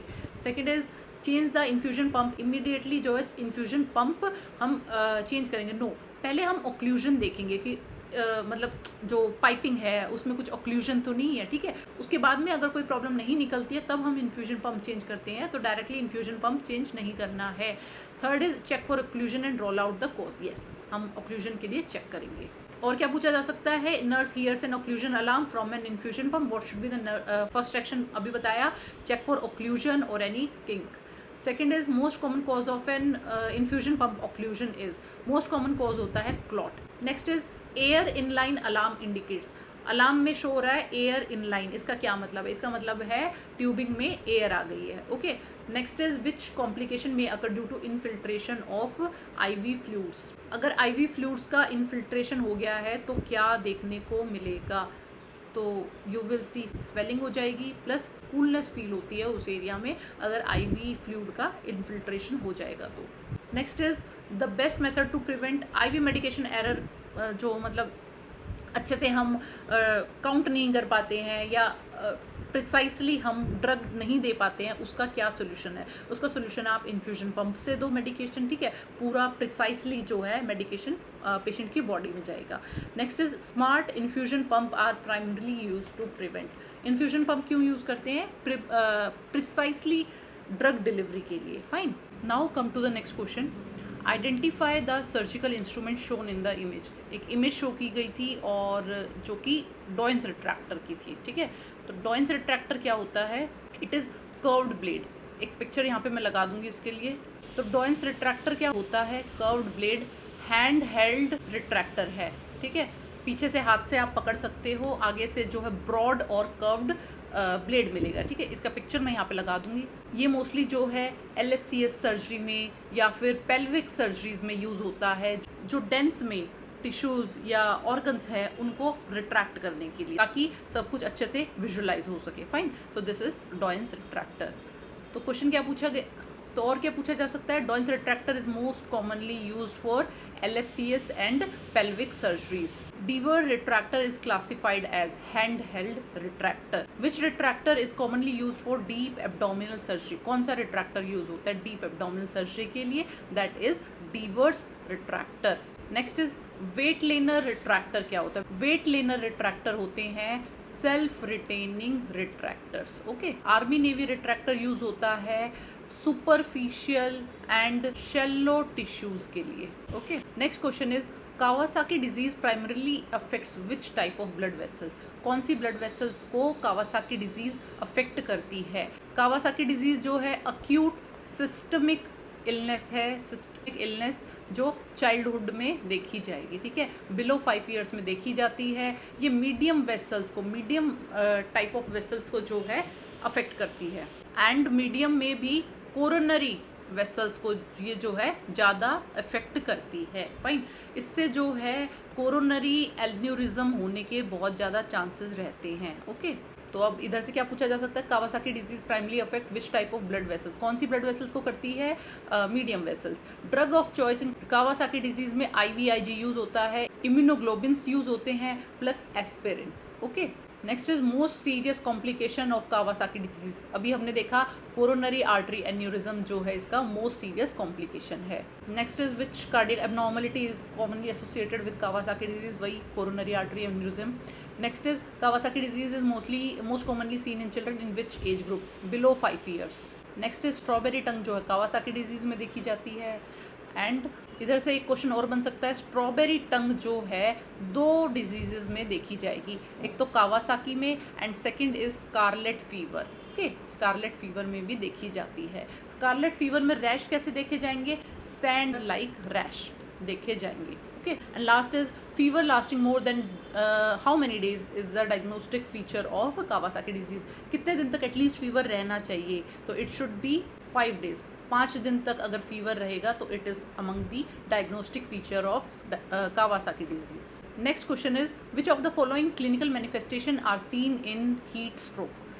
एक्सेप्ट हीट स्ट्रोक अगर हुआ है तो कौन से मैनिफेस्टेशंस देखी जाएगी? एक्सेप्ट मतलब इनमें से जो है कौन सी नहीं देखी जाएगी? High body temperature more than 103 देखा जाएगा, बाउंडिंग पल्स देखी जाएगी, कन्फ्यूजन और ऑल्टर्ड मेंटल स्टेटस यस, बिल्कुल देखा जाएगा। Last is excessive sweating, no ये नहीं देखी जाएगी, तो this is the answer. Heat stroke में क्या होता है, जो हमारा नॉर्मल टेम्परेचर रेगुलेटिंग सिस्टम है वो शट डाउन हो जाता है, ठीक है। Temperature regulating system shut down हो जाएगा, जिसकी वजह से स्वेट ग्लैंड्स जो है बंद हो जाएंगी, स्वेट ग्लैंड्स बंद हो जाएंगी और पेशेंट को स्वेटिंग नहीं होगी, ठीक है।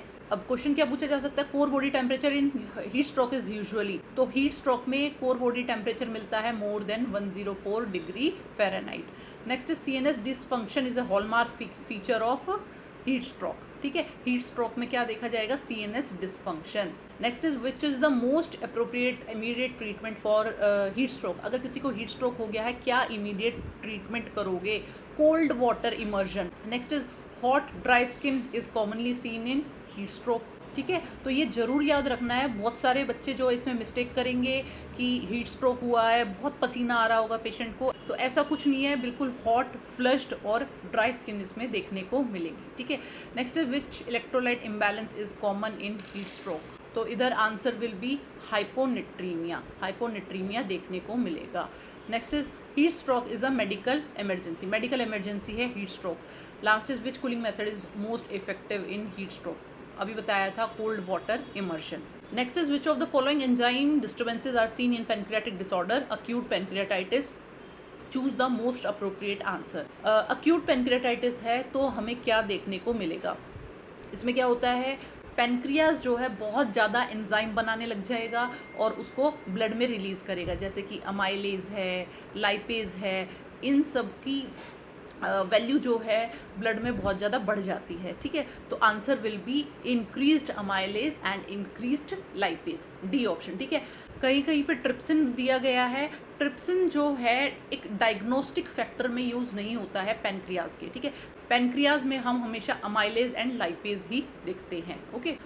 नेक्स्ट इज क्या पूछा जा सकता है इसके अलावा, the most specific laboratory marker for acute pancreatitis is, most specific क्या है, अमाइलेज और लाइपेज में से भी ज़्यादा स्पेसिफिक क्या है, serum lipase, okay. Next Cullen sign indicate, क्या इंडिकेट करता है, पैनक्रियाटाइटिस। क्यूलन साइन क्या होता है, पेरी अम्बिलिकल एरिया में, अम्बिलिकल के एरिया चारों तरफ जो है मिलेगी, that is known as Cullen sign.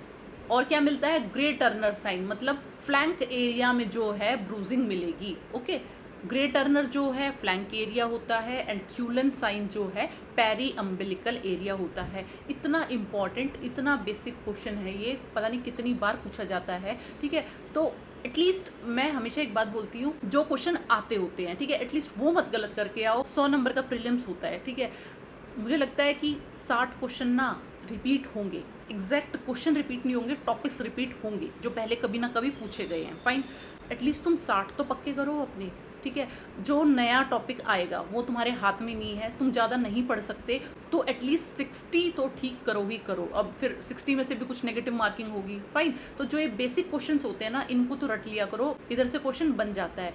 और ये वो क्वेश्चन है जब हम पढ़ते हैं तो लगता है हाँ मुझे आता है, क्यूलन साइन में क्या ही है, ग्रे टर्नर में क्या ही है, और जब एग्ज़ाम में जाओगे ना तब याद ही नहीं आएगा क्यूलन साइन में अम्बिलिकल के चारों तरफ थी या फ्लैंक एरिया में थी, ठीक है। तो इसीलिए छोटे क्वेश्चंस जो हमें दिखते हैं ना, कि बिल्कुल जो हलवा क्वेश्चंस हैं, उनको भी थोड़ा ध्यान से समझ लिया करो कि किस में क्या लिखा हुआ है, okay.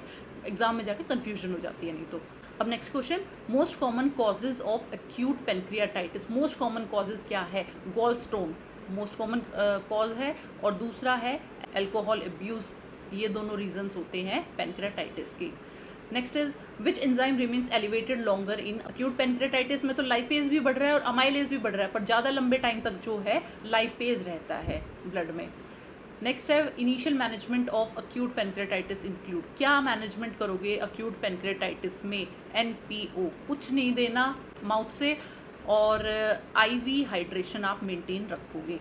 Next is serum amylase is elevated for approximately how many days, कितने दिनों तक सीरम एलिवेटेड रहेगा, सीरम अमाइलेज एलिवेटेड रहेगा, ये होता है 3 से 5 डेज तक, fine.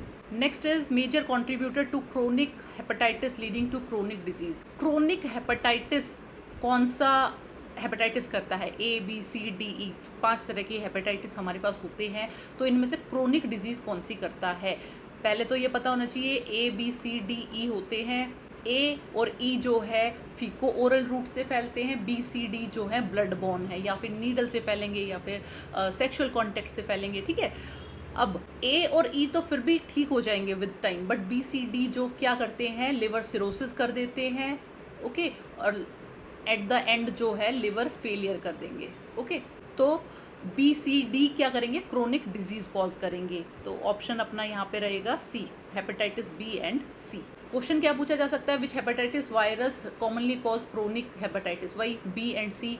Hepatitis B is transmitted primarily through, कैसे फैलता है, ब्लड से फैलता है। Which hepatitis virus has the highest risk of chronic liver disease का, वही बी एंड सी। और next is hepatitis A vaccine, कैसी वैक्सीन है, किल्ड वैक्सीन है या लाइव वैक्सीन है, तो this is killed vaccine. Which hepatitis virus is transmitted by the feco oral route, कौन सी वायरस, कौन सा हेपेटाइटिस जो है फीको ओरल रूट से फैलता है, A and E. Last next is cirrhosis is the most common complication of chronic hepatitis B and C, ठीक है। सिरोसिस जो है क्रोनिक हेपेटाइटिस में मिलता है, जो कि है B and C. Next is hepatocellular carcinoma strongly associated with which hepatitis infection, कौन से हेपेटाइटिस इन्फेक्शन में हेपेटोसेलुलर कार्सिनोमा देखने को मिलता है। ये भी एक इंपॉर्टेंट क्वेश्चन है, पूछ लिया जाता है, और answer will be hepatitis B and C. Fine. एक क्वेश्चन और पूछा जा सकता है, हेपेटाइटिस बी जो है आरएनए वायरस है या डीएनए वायरस है, तो दिस इज डीएनए वायरस, बाकी सारे जो है आरएनए वायरस है, okay. Next question is, a patient suddenly develops severe pain accompanied by a heart rate of 118 per minute, ठीक है। 118 जो है हार्ट रेट है, सिस्टम एक्टिवेट हो गया है, मतलब एलिवेटेड बीपी मिलेगा, increase respiration rate, dilated pupils है। तो which type of pain best describe the above scenario, कौन से टाइप ऑफ पेन में ये सब देखने को मिलेगा, क्योंकि सिंपैथेटिक सिस्टम एक्टिवेट है, क्वेश्चन में दिया गया है, तो it means this is acute pain. Acute pain में मतलब सिंपैथेटिक सिस्टम में क्या होता है, फ्लाइट और फाइट रिस्पॉन्स जो है एक्टिवेट हो जाता है। जब भी हमें कोई एकदम से कोई थ्रेट दिखता है तो हम फ्लाइट और फाइट मोड पे चले जाते हैं, सिंपैथेटिक नर्वस सिस्टम एक्टिवेट हो जाता है, जिसकी वजह से ये सारे सिम्टम्स देखने को मिलते हैं। So this comes under acute pain, okay. बाकी क्या है, न्यूरोपैथिक पेन है। न्यूरोपैथिक पेन जो है नर्व्स की वजह से होता है, वो उसमें जो है सिस्टमिक इफेक्ट्स इतने नहीं आते हैं जितने अक्यूट में आएंगे। क्रोनिक जो है बहुत लंबे टाइम तक रहेगा। विसरल पेन जो है एक डल स्क्वीजिंग पेन है। फाइन। अब क्वेश्चन देखते हैं, acute pain stimulates which nervous system, कौन सा नर्वस सिस्टम एक्टिवेट करता है, sympathetic nervous system. Tachycardia during pain occurs due to activation of, tachycardia क्यों होता है, सिंपैथेटिक नर्वस सिस्टम की वजह से होता है। Which vital sign is commonly increase during acute pain, कौन से वाइटल साइन बढ़ जाते हैं, ब्लड प्रेशर बढ़ जाता है, रेस्पिरेशन रेट बढ़ जाता है, okay. Next is acute pain is usually associated with, वही सिंपैथेटिक नर्वस सिस्टम से रिलेटेड है ये। Next is which pain scale is commonly used in adults, बहुत इंपॉर्टेंट क्वेश्चन है, बार बार पूछ लिया जाता है और कुछ नहीं है इस क्वेश्चन में, इतना ईजी है। Numeric scale, numeric rating scale use होता है अडल्ट्स में, ठीक है। Next is pain lasting more than इतना months is classified as chronic pain. Chronic pain कब बोलोगे, 3 to 6 मंथ्स जो है अगर पेन रहेगा तो that will come under chronic pain. 3 और 6 में से भी अगर एक चूज करना हो तो go with 3। Fine. Next is first line assessment tool for pain. First line assessment क्या है, फर्स्ट लाइन इज पेशेंट का सब्जेक्टिव स्टेटमेंट, जो पेशेंट बता रहा है that is first line assessment tool, okay. Now next question, a patient with diabetes insipidus is receiving vasopressin, which finding shows the treatment is working, ठीक है। Diabetes insipidus है, इसका मतलब है decrease of ADH, anti diuretic hormone जो है कम हो गया है, और इसकी वजह से इंक्रीज यूरिन आउटपुट देखा जाएगा, डिहाइड्रेशन देखा जाएगा, ठीक है। और इसका जो कैरेक्टरिस्टिक फीचर है डायबिटीज इंसिपिडस का, that is small breathing, Frooti smell देखी जाएगी इसमें, ठीक है। ये सब जो है मिलता है डायबिटीज इंसिपिडस में। तो अब क्या था, डायबिटीज इंसिपिडस था पेशेंट को, तो उसके लिए हमने दे दिया वेसोप्रेसिन जो है एक डायूरेटिक है, ताकि बॉडी जो है वाटर को कंजर्व कर सके, ठीक है। तो वेसोप्रेसिन काम कर रहा है, कैसे पता चलेगा हमें। First is urine specific gravity is 1.015, yes. अगर यूरिन स्पेसिफिक ग्रेविटी जो है नॉर्मल आ गई है, it means the treatment is working, vasopressor is working, ठीक है। और इसको आंसर को ढूंढने के लिए हमें नॉर्मल स्पेसिफिक ग्रेविटी पता होनी चाहिए, जो होती है 1.010 से 1.030। ओके, तो इस तरह से लैब वैल्यूज जो है एकदम से डायरेक्ट नहीं पूछते, इनडायरेक्टली पूछ लेते हैं। ठीक है, अगर हमें नॉर्मल वैल्यू नहीं पता होगा तो क्वेश्चन नहीं सॉल्व कर पाएंगे। तो इधर जो ये अपनी नॉर्मल वैल्यू है, हमने देखा नॉर्मल हो चुकी है स्पेसिफिक ग्रेविटी, तो it means treatment is working. Second option क्या है? फर्स्ट तो हमारा करेक्ट है। सेकंड क्या है? Urine output remains high. Urine output अगर हाई है तो it means treatment is not working.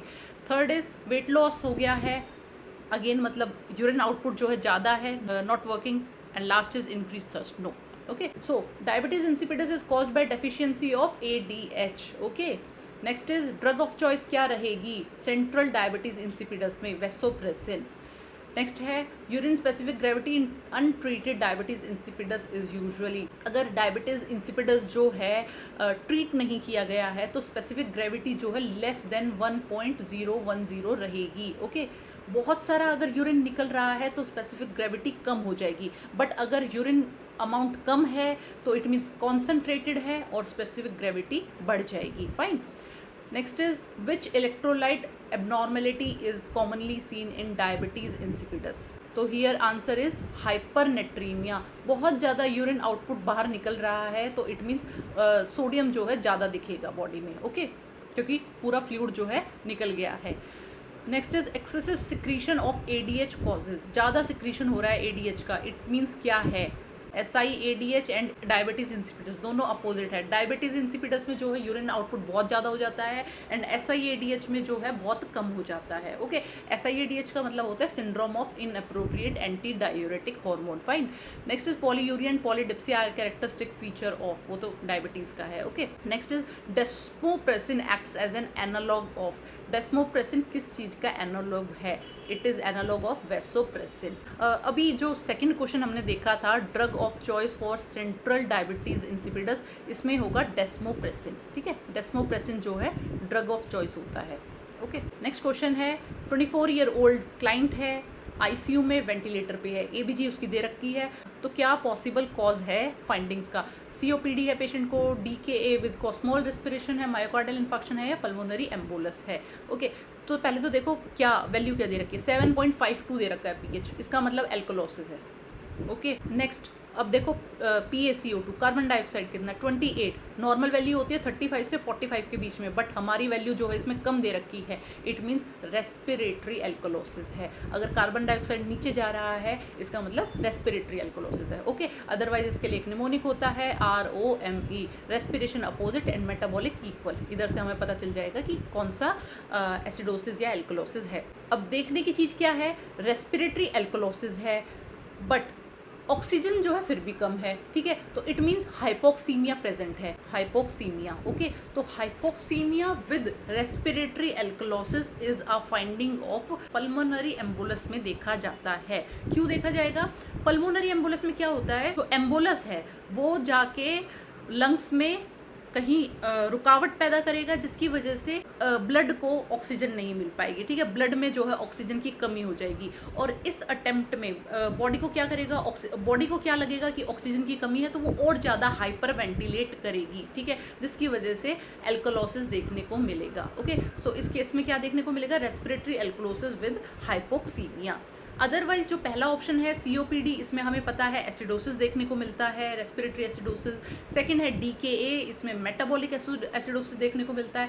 Third is myocardial infection में इस तरह का पैटर्न कभी नहीं दिखेगा आपको। ठीक है, अब नेक्स्ट एक क्वेश्चन दिया गया है 7.52 जो है इसका pH है और PaC2, अभी हमने देखा रेस्पिरेटरी एल्कोलोसिस है ये। ठीक है, next is respiratory alkalosis is commonly seen इन, तो रेस्पिरेटरी एल्कोलोसिस देखने को मिलता है हमें पैनिक कंडीशन में, एंग्जाइटी में, उसके बाद में अक्यूट अस्थमा अटैक में भी जो है रेस्पिरेटरी एल्कोलोसिस देखने को मिलेगा एंड हाइपर वेंटिलेशन में भी। ये सारी कंडीशन में जो है रेस्पिरेटरी एल्कोलोसिस देखने को मिलता है। Most common ABG finding in pulmonary embolism, अभी हमने देख लिया मोस्ट कॉमन कौन सी फाइंडिंग मिलती है, रेस्पिरेटरी एल्कोलोसिस देखने को मिलता है with hypoxaemia. Normal PaCO2 level कितनी होता है 35 से 45 mmHg। Normal artery pH range कितना होता है 7.35 से 7.45।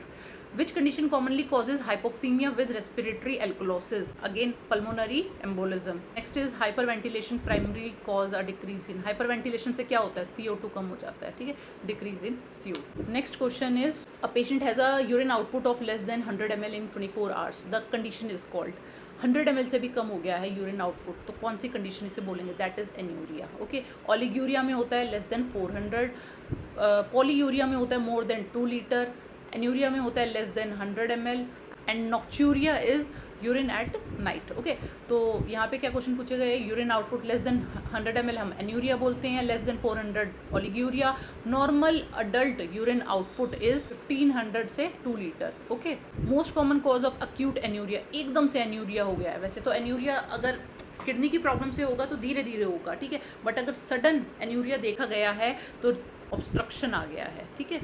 Next is which stage of AKI acute kidney injury is characterised by oliguria, कौन सी स्टेज में देखा जाएगा, तो ये ओलिग्यूरिक फेज में देखा जाएगा। Okay, next is the minimum acceptable urine output in adults, at least कितना यूरिन आउटपुट तो होना ही चाहिए, ठीक है, तो मिनिमम 30 ml पर आवर तो होना ही चाहिए, या फिर 0.5 ml पर kg पर आवर। ओके, ये अडल्ट्स का है, और यही अगर इन बच्चों का पूछ लेता, चिल्ड्रन का पूछ लेते तो 1 ml पर kg पर आवर हो जाता, ठीक है, और इन्फेंट्स का पूछ लेते तो 2 ml पर kg per hour. Okay, next question is which electrolyte disturbance is most common in renal failure में, कौन सा इलेक्ट्रोलाइट डिस्टर्बेंस मिलता है, हाइपरकैलीमिया, वैसे तो बहुत सारे मिलते हैं but hyperkalaemia is the most common. Next question is a patient with organophosphorus poisoning is brought to the emergency department, which of the following action is not appropriate in the initial management, organophosphorus poisoning हो गई है, अब emergency department में patient आ गया है, तो कौन सा मैनेजमेंट जो है राइट नहीं है, फर्स्ट इज एड्रेनलिन इन्फ्यूजन, ठीक है। देखो, जब OP पॉइजनिंग होती है तो ये इसमें क्या होता है, कोलिनर्जिक क्राइसिस देखने को मिलेगा। कोलिनर्जिक क्राइसिस का मतलब होता है पैरासिम्पैथेटिक नर्वस सिस्टम जो है एक्टिवेट हो गया है, ठीक है, और उसी की वजह से जो है सारे सिम्टम्स दिखेंगे, ठीक है। अब कुछ लोग सोचेंगे एड्रेनलिन तो जो है सिम्पैथेटिक नर्वस सिस्टम को एक्टिवेट करता है, तो हमें जो है ADR देना चाहिए, नो, बट नहीं देंगे इसमें, क्योंकि ये सिम्पैथेटिक स्टिमुलेंट है, इसका एंटीडोट नहीं है, हमें एंटीडोट ढूंढना है, इसका सिम्पैथेटिक स्टिमुलेशन नहीं करना है। ओके, सेकंड है रिमूव, तो अपना ऑप्शन तो हो गया A, ये चीज़ नहीं करनी है। ओके, बाकी क्या दिया गया है, remove patients clothes and contaminate, बिल्कुल जल्दी से जल्दी अगर पॉइजनिंग वाला पेशेंट है या कोई केमिकल बर्न हो गया है तो हम क्या करेंगे, जल्दी से जल्दी जो है पेशेंट के क्लोथ्स हटा देंगे ताकि और ज़्यादा एब्जॉर्प्शन ना हो स्किन में, ठीक है, तो remove patient cloth and decontaminate. Third is suction the patient airway, yes, patient का एयरवे सक्शन करना तो बहुत ज़रूरी है। And last is prepare for intubation, yes, अगर पेशेंट की हालत ठीक नहीं है तो be ready for the intubation. अब एंटीडोट ऑफ ऑर्गेनोफॉस्फोरस पॉइजनिंग, क्या एंटीडोट होता है, इसका एंटीडोट होता है एट्रोपिन यूज़ किया जाता है and pralidoxime. Okay, next is organophosphorus poisoning inhibits, organophosphorus poisoning क्या इनहिबिट करता है, ये इनहिबिट करता है एसिटाइल कोलिनेस्टरेज एक्टिविटी को, ये इनहिबिट करता है, मतलब kind of sympathetic nervous system को इनहिबिट करेगा। Meiosis is in poisoning is characteristic feature of OP poisoning में जो है मियोसिस देखा जाता है। अभी बताया था पैरासिम्पैथेटिक नर्वस सिस्टम एक्टिवेट हो गया तो ऑब्वियसली मियोसिस देखा जाएगा आइज में, ठीक है, मतलब प्यूपिल्स जो है कॉन्ट्रैक्ट कर जाएंगे। और कहाँ देखा जाता है मियोसिस, देखा जाता है ओपियोइड टॉक्सिसिटी में, ठीक है। Next is which mnemonic is use for cholinergic symptom, के लिए एक निमोनिक होता है, वो क्या है, mnemonic is sludge, SLUDGEM, sludge M।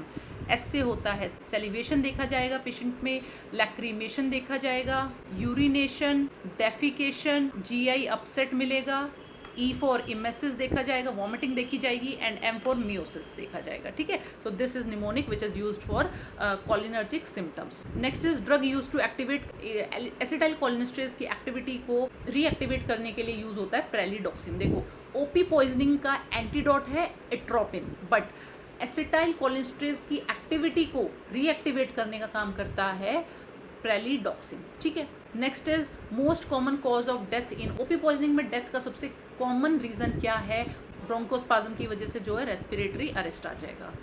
Next is first step in management of OP poisoning, first step क्या रहेगा आपका, रिमूव द क्लोथ्स, ठीक है, जो अगर जिसकी वजह से और ज़्यादा बर्न हो रहा है या और ज़्यादा पॉइजनिंग हो रही है, तो सबसे पहले आप जो है डिकंटामिनेट करोगे। Next question is stenosis atresia of the foramen of Luschka and Magendie is characteristic of which condition? किस कंडीशन में जो है foramen of Luschka and Magendie का स्टीनोसिस देखने को मिलेगा? देखो थोड़ा सा बेसिक समझते हैं। ये लेटरल वेंट्रिकल्स है, ये थर्ड वेंट्रिकल है and this is fourth ventricle, ठीक है, ये थर्ड है एंड फोर्थ है। लेटरल वेंट्रिकल से जो है CSF फ्लो करता है थर्ड में, थर्ड से फोर्थ में फ्लो करता है, फोर्थ से जो है स्पाइनल कॉर्ड में चला जाएगा, कुछ जो है रीअब्जॉर्ब हो जाएगा। ओके, ये अपना CSF का फ्लो रहता है। लेटरल वेंट्रिकल्स और थर्ड वेंट्रिकल के बीच में मिलता है फोरामेन ऑफ मोनरो, ठीक है, फोरामेन ऑफ मोनरो। थर्ड और फोर्थ के बीच में मिलता है aqueduct of Silvius, aqueduct of Silvius. और फोर्थ से जो है यहाँ मिलेगा फोरामेन ऑफ मैगेंडी मिलेगा, जिससे नीचे आ जाएगा CSF एंड लेटरल साइड में चला जाएगा फोरामेन ऑफ लश्का से, ठीक है। ये जो है अपना बेसिक CSF का फ्लो होता है। 2 लेटरल वेंट्रिकल्स हैं, उनसे जो है फोरामेन ऑफ मोनरो के थ्रू 3 में आ गया, 3 से जो है 4 में आ गया via aqueduct of Silvius, and fourth से जो है स्पाइनल कॉर्ड में आ गया मैगेंडी के थ्रू, एंड लेटरली जो है मतलब रीअब्जॉर्ब हो जाएगा कुछ, वो हो जाएगा लश्का के थ्रू, ठीक है। अब अगर लश्का और मैगेंडी का एट्रेशिया हो जाए, मतलब ब्लॉकेज हो जाए, तो कौन सा डिजीज देखने को मिलेगा, कौन सा कंडीशन देखने को मिलेगा? Answer is Dandy Walker malformation, fine. And this is one of the biggest reason of increase ICP, मतलब हाइड्रोकेफेलस जो बच्चों में होता है, इसी की वजह से होता है, डेंडी वॉकर मैलफॉर्मेशन की वजह से होता है, ठीक है।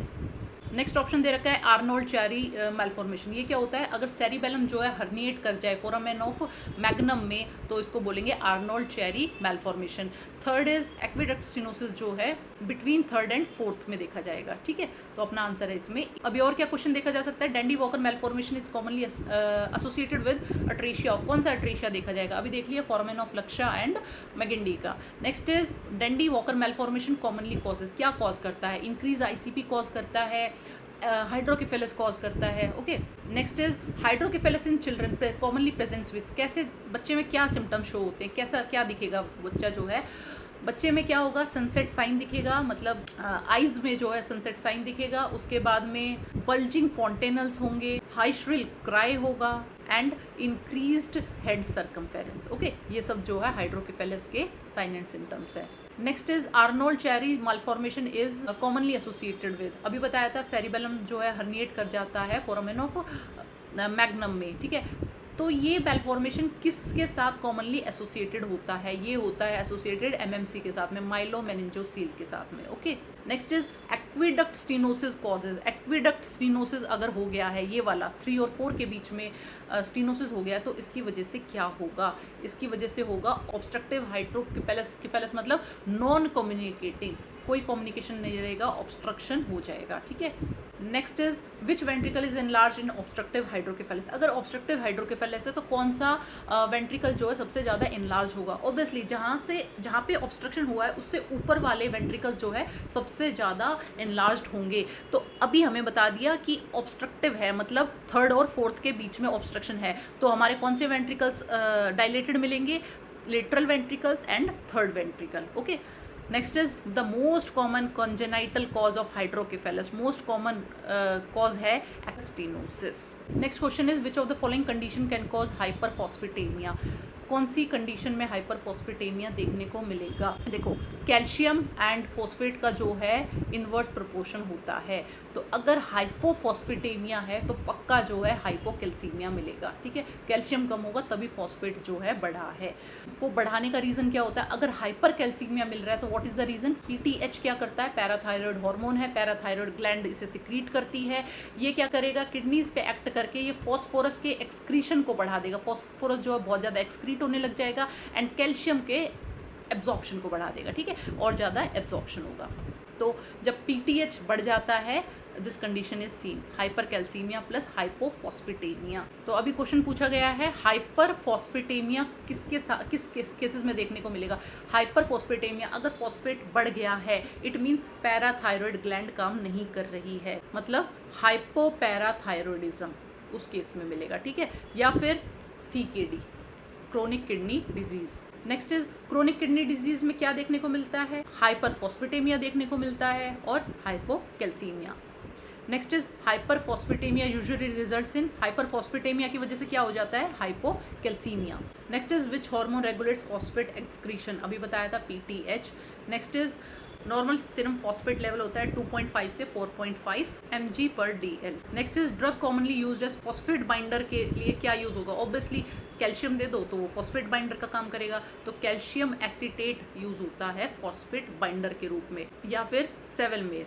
Okay, next is which electrolyte abnormality commonly accompanies hyperphosphatemia, again hypocalcemia. Next question is a patient with osteoarthritis with and a non-gastric ulcer presents with joint pain. Which of the following analgesic is most appropriate for pain relief?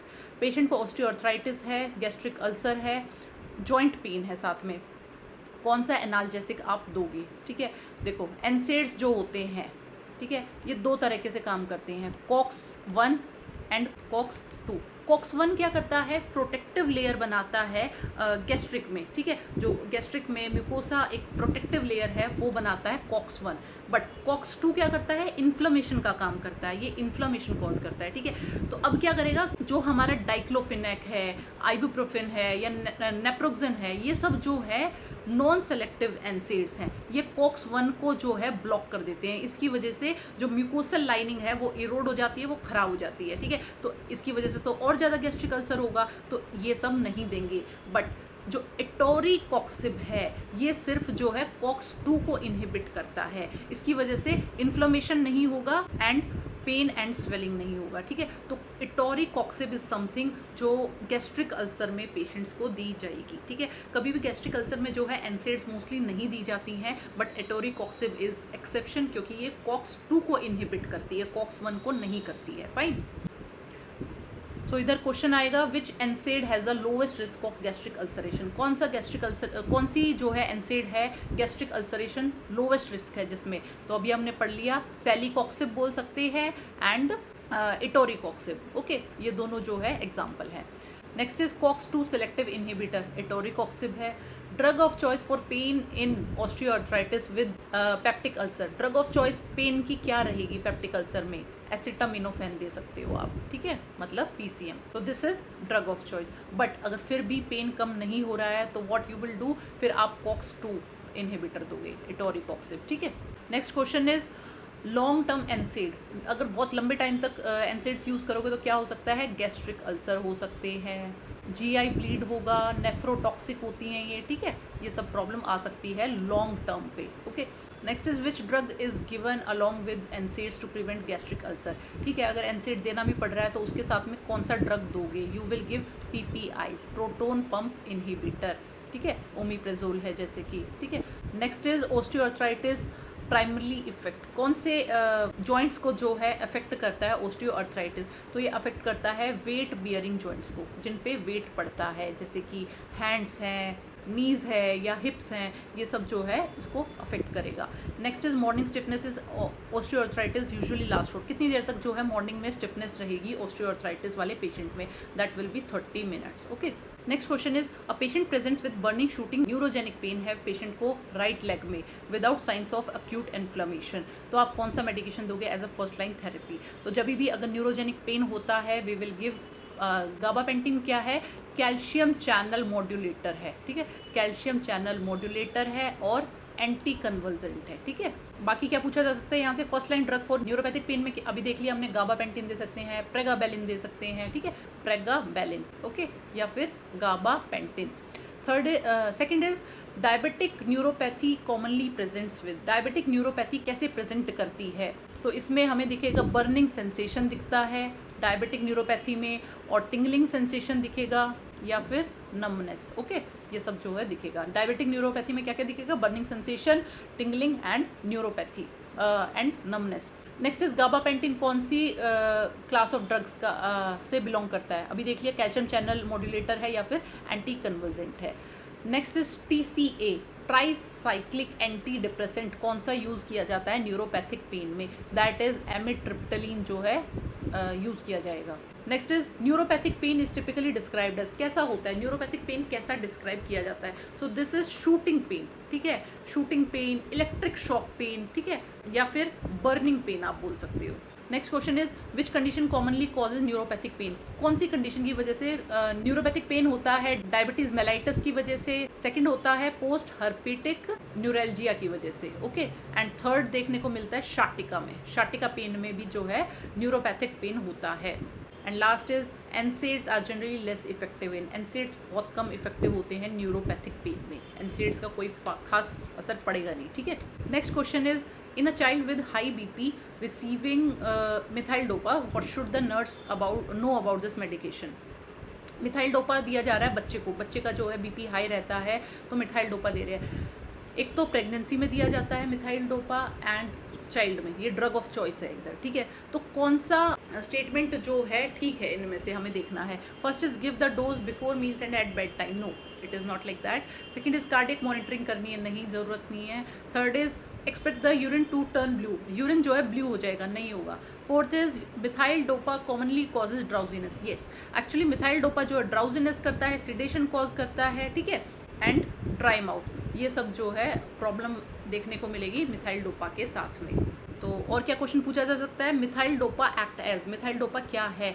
Centrally acting adrenergic agonist, ठीक है, centrally acting adrenergic agonist है methyl dopa. Most common side effect क्या है इसका? Drowsiness, ठीक है, drowsiness या sedation. Third is drug of choice for hypertension in pregnancy, drug of choice जो है मिथाइल डोपा है, ठीक है, तो ड्रग ऑफ चॉइस में क्या रहेगा? मिथाइल डोपा या labetalol. Next is methyl dopa primarily acts on which receptor, किस रिसेप्टर पे काम करती है? तो it act on central receptors, अभी बताया था ना सेंट्रली एक्टिंग एड्रेनर्जिक एगोनिस्ट है, तो ये सेंट्रल रिसेप्टर्स पे वर्क करती है। Next is which anti hypertensive commonly causes rebound hypertension, कौन सी एंटी हाइपरटेंसिव ड्रग जो है रीबाउंड हाइपरटेंशन करती है? Answer is clonidine, okay. And last is methyl dopa में कॉज पॉजिटिव, क्या पॉजिटिव कर सकता है? तो it can cause positive Coombs test, कई बार जो है कूम टेस्ट जो है पॉजिटिव आ जाता है मिथाइल डोपा की वजह से, ठीक है, तो ये फॉल्स पॉजिटिव माना जाएगा, ओके।